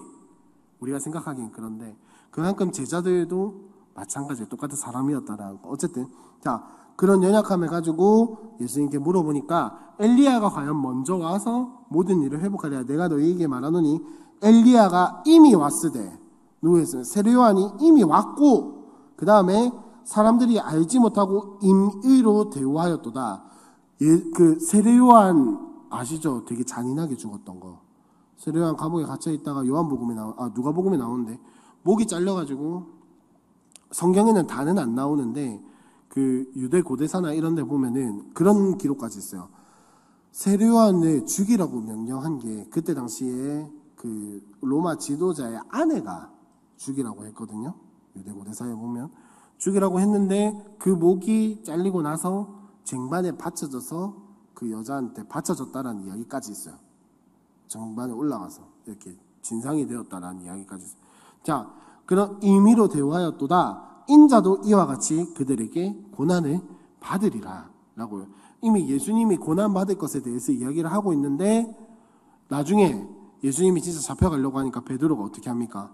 쫙 막아섰다가 귀 한번 팍 자르고 예수님한테 한 소리 듣고 깨갱에서 물러나고 하여튼 그랬다가 막상 예수님 믿는 사람 누구냐 나와라 이러니까는 내 예수님 믿는데요 이렇게 굳건하게 있었던 게 아니고 숨었다가 나 예수님 안 믿는데요 이러다가 3번 부인하고 나서 아 맞다 이러면서 울었던 그 베드로의 마찬가지 사람이었다는 거죠. 어쨌든 또 말이 샜는데 어쨌든 간 자, 그 이야기가 쭉 진행되면서 지금 갈등이 점점 심해지고 있는 거예요.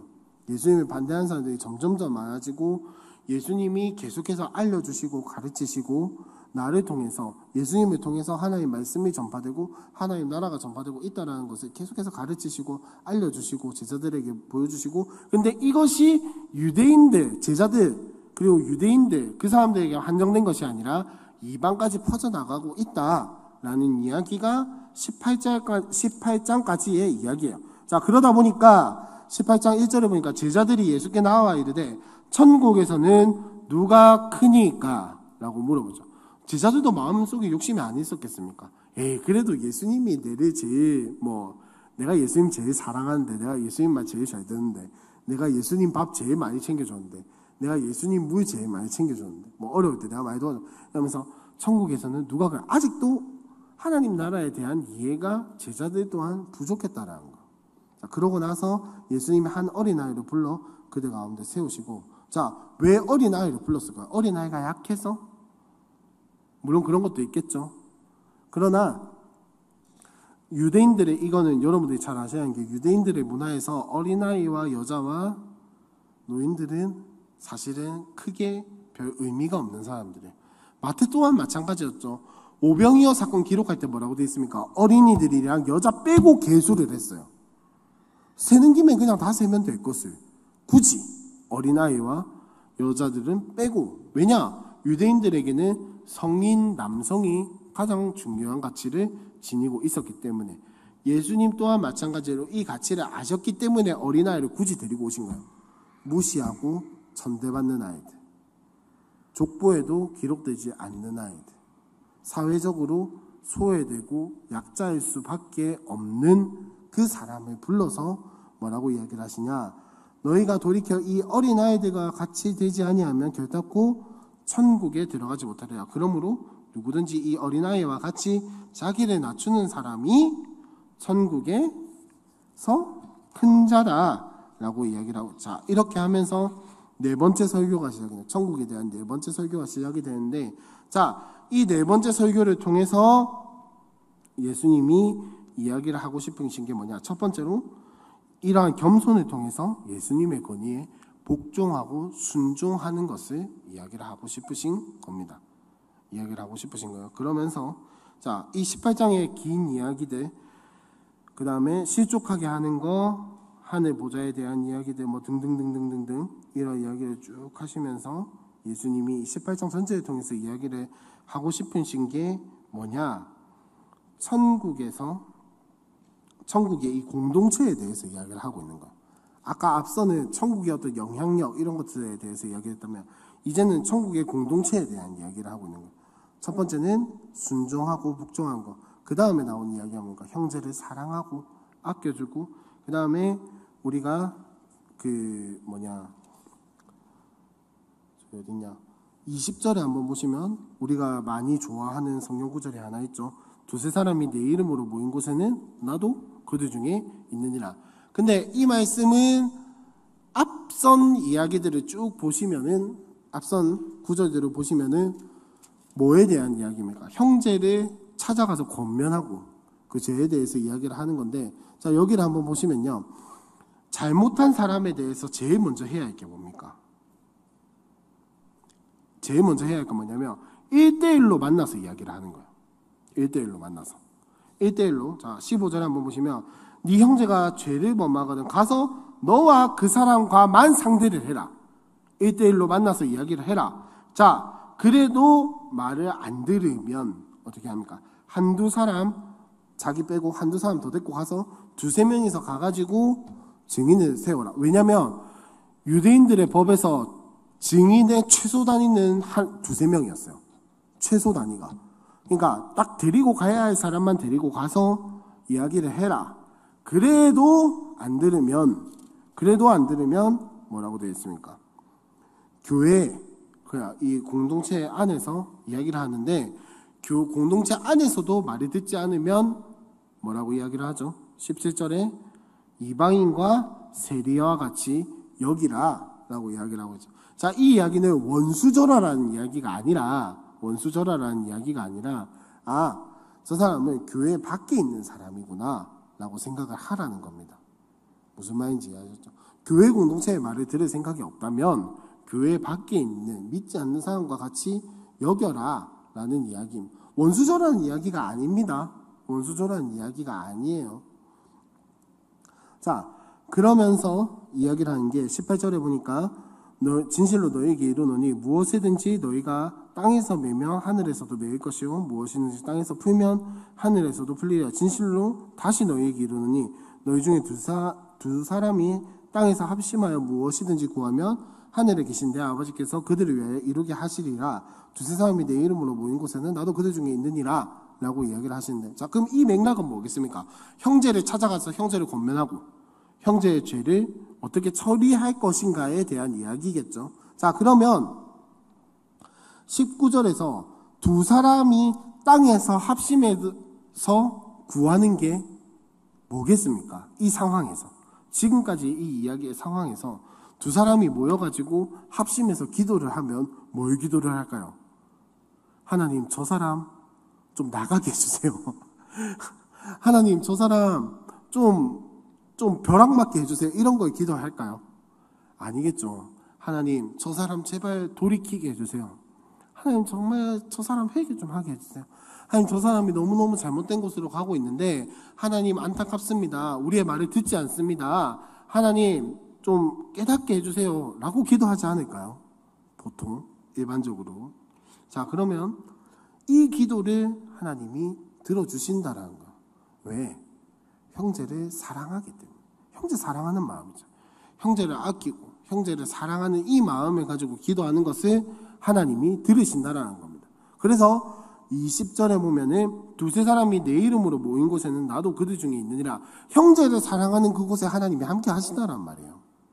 두세 사람이 모이면 하나님이 한 사람만 있으면 하나님이 함께 안 하신다 이게 아니라 두세 사람이 모여서 형제를 사랑하기 위해서 공동체를 이루어 나가기 위해서 애쓰는 그 자리에 하나님이 함께 하신다라는 그 이야기를 하고 있는 거예요. 그러면 거기가 어디겠습니까? 형제를 사랑하고 하나님이 임재하시는 그곳이 어디입니까? 천국이잖아요. 즉 28장의 이 이야기 또한 천국에 대해서 이야기를 하고 있는 거예요. 하나님 나라를 살아가는 백성이 형제가 죄를 범했을 때 어떻게 해야 하겠느냐? 어떻게 여기서 하나님 나라의 임재를 이루어 가겠느냐? 무조건 정죄하고 판단하고 비판하는 것이 하나님 나라를 이루어 가는 것이 아니라 사랑하고 기도해주고 찾아가서 계속 한 사람 찾아가고 두세 사람 찾아가고 교회를 이렇게 하면 세 번의 기회는 세 번의 기회 이런 문자적인 의미가 중요한 게 아니라 애썼다라는 거예요. 최대한 진짜 최선을 다해서 형제의 죄를 깨닫게 하기 위해서 애썼다라는 거예요. 근데 그럼에도 불구하고 안 되는 것은 하나님의 음성을 그 사람이 듣지 못했다라는 것이고 죄를 돌이킬 생각이 없다라는 것이기 때문에 이방인과 세리와 같이 모여. 그러면 여러분 이 말에는 그냥 연 끊고 살아라, 교회 밖에 있는 사람이다, 저 사람 예수 안 믿는 처럼 생각해라 이렇게 하면서 그런 이야기겠죠. 근데 거기에는 미워해라, 싫어해라, 혹은 선 끄어라, 관계를 단절해라 이런 이야기가 있는 게 아니라 여러분 이방인과 세리는 어떤 우리 예수 믿는 사람들에게 이방인과 세리는 어떤 대상입니까? 복음을 전해야 할 대상, 하나님을 전해야 할 대상, 품고 기도하고 하나님 저 사람 돌아오게 해달라고 안타까워해야 하는 대상이잖아요. 그죠? 그러면 이방인과 세리와 같이 여기라라는 것은 내보내라라는 이야기가 아니라 저 사람이 아직도 쉽게 말하면 이겁니다. 저 사람이 아직도 하나님을 잘 모르는구나, 저 사람이 아직 복음을 잘 모르는구나, 품고 기도하고 애쓰고 그렇게 해야 한다라는 겁니다. 그 다음에 나오는 게 21절에 보니까 그때 베드로가 나와 이르되 주여 형제가 내게 죄를 범하면 몇 번이나 용서하여 주리이까? 7번까지 하오리이까? 아직 예수님이 말씀하신 거 잘 이해를 못한 거예요.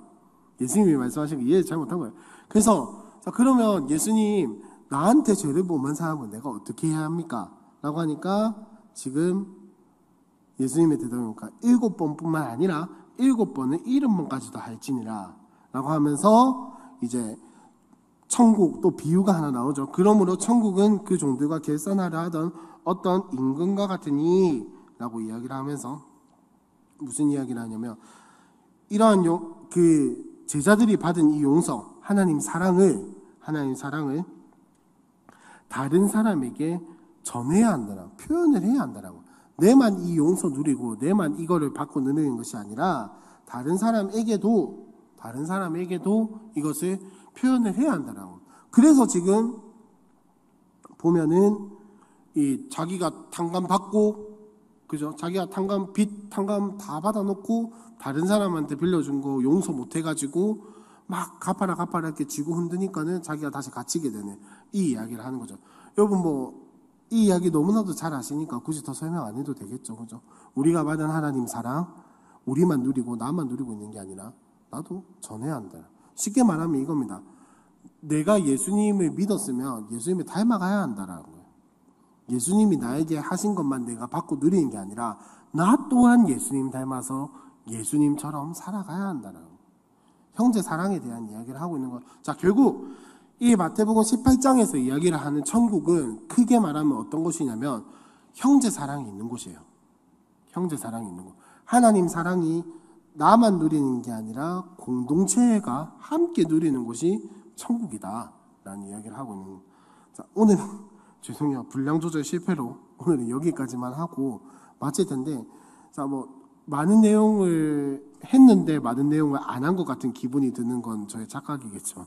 어쨌든 자, 이 마태복음에서 이야기하는 하나님 나라의 비유, 예수님이 이야기를 하신 천국의 비유, 이런 것들 모두는 사실 하나님 나라에 대한 이야기예요. 하나님 나라에 대한 이야기인데, 자, 마태가 이 하나님 나라, 모든 복음서가 다 그 이야기를 하겠지만은 특별히 마태는 약속된 메시아, 하나님 나라에 다스리고 하나님 나라를 통치하는 그 메시아, 왕으로 오신 예수님에 대해서 조금 더 중점적으로 이야기를 하고 있고, 예수님이 이것을 알려주는 모습을 어떻게 표현을 하냐면, 신명기에서 약속되었던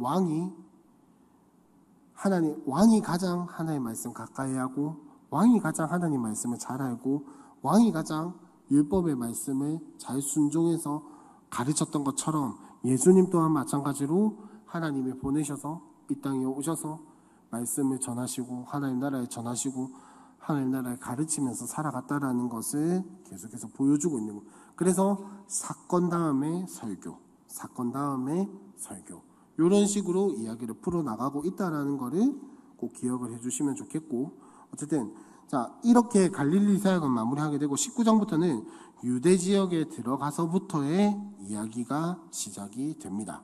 유대 지역에 들어가서부터 시작이 되는데, 여기서부터 이제 우리가 흔히 알고 있는 이제 십자가 사역, 예루살렘 사역이 시작이 되는데, 유대 땅에 들어가고 나서 예루살렘 딱 들어가시고 나서부터 십자가에 달려 죽으실 때까지는 일주일이 채 안 걸리는 시간이었어요. 그 시간적인 그것만 잘 기억을 해두시고, 다음 주에는 마태복음 19장부터 한번 이야기를 하도록 하겠습니다. 제가 기도하고 마치도록 하겠습니다.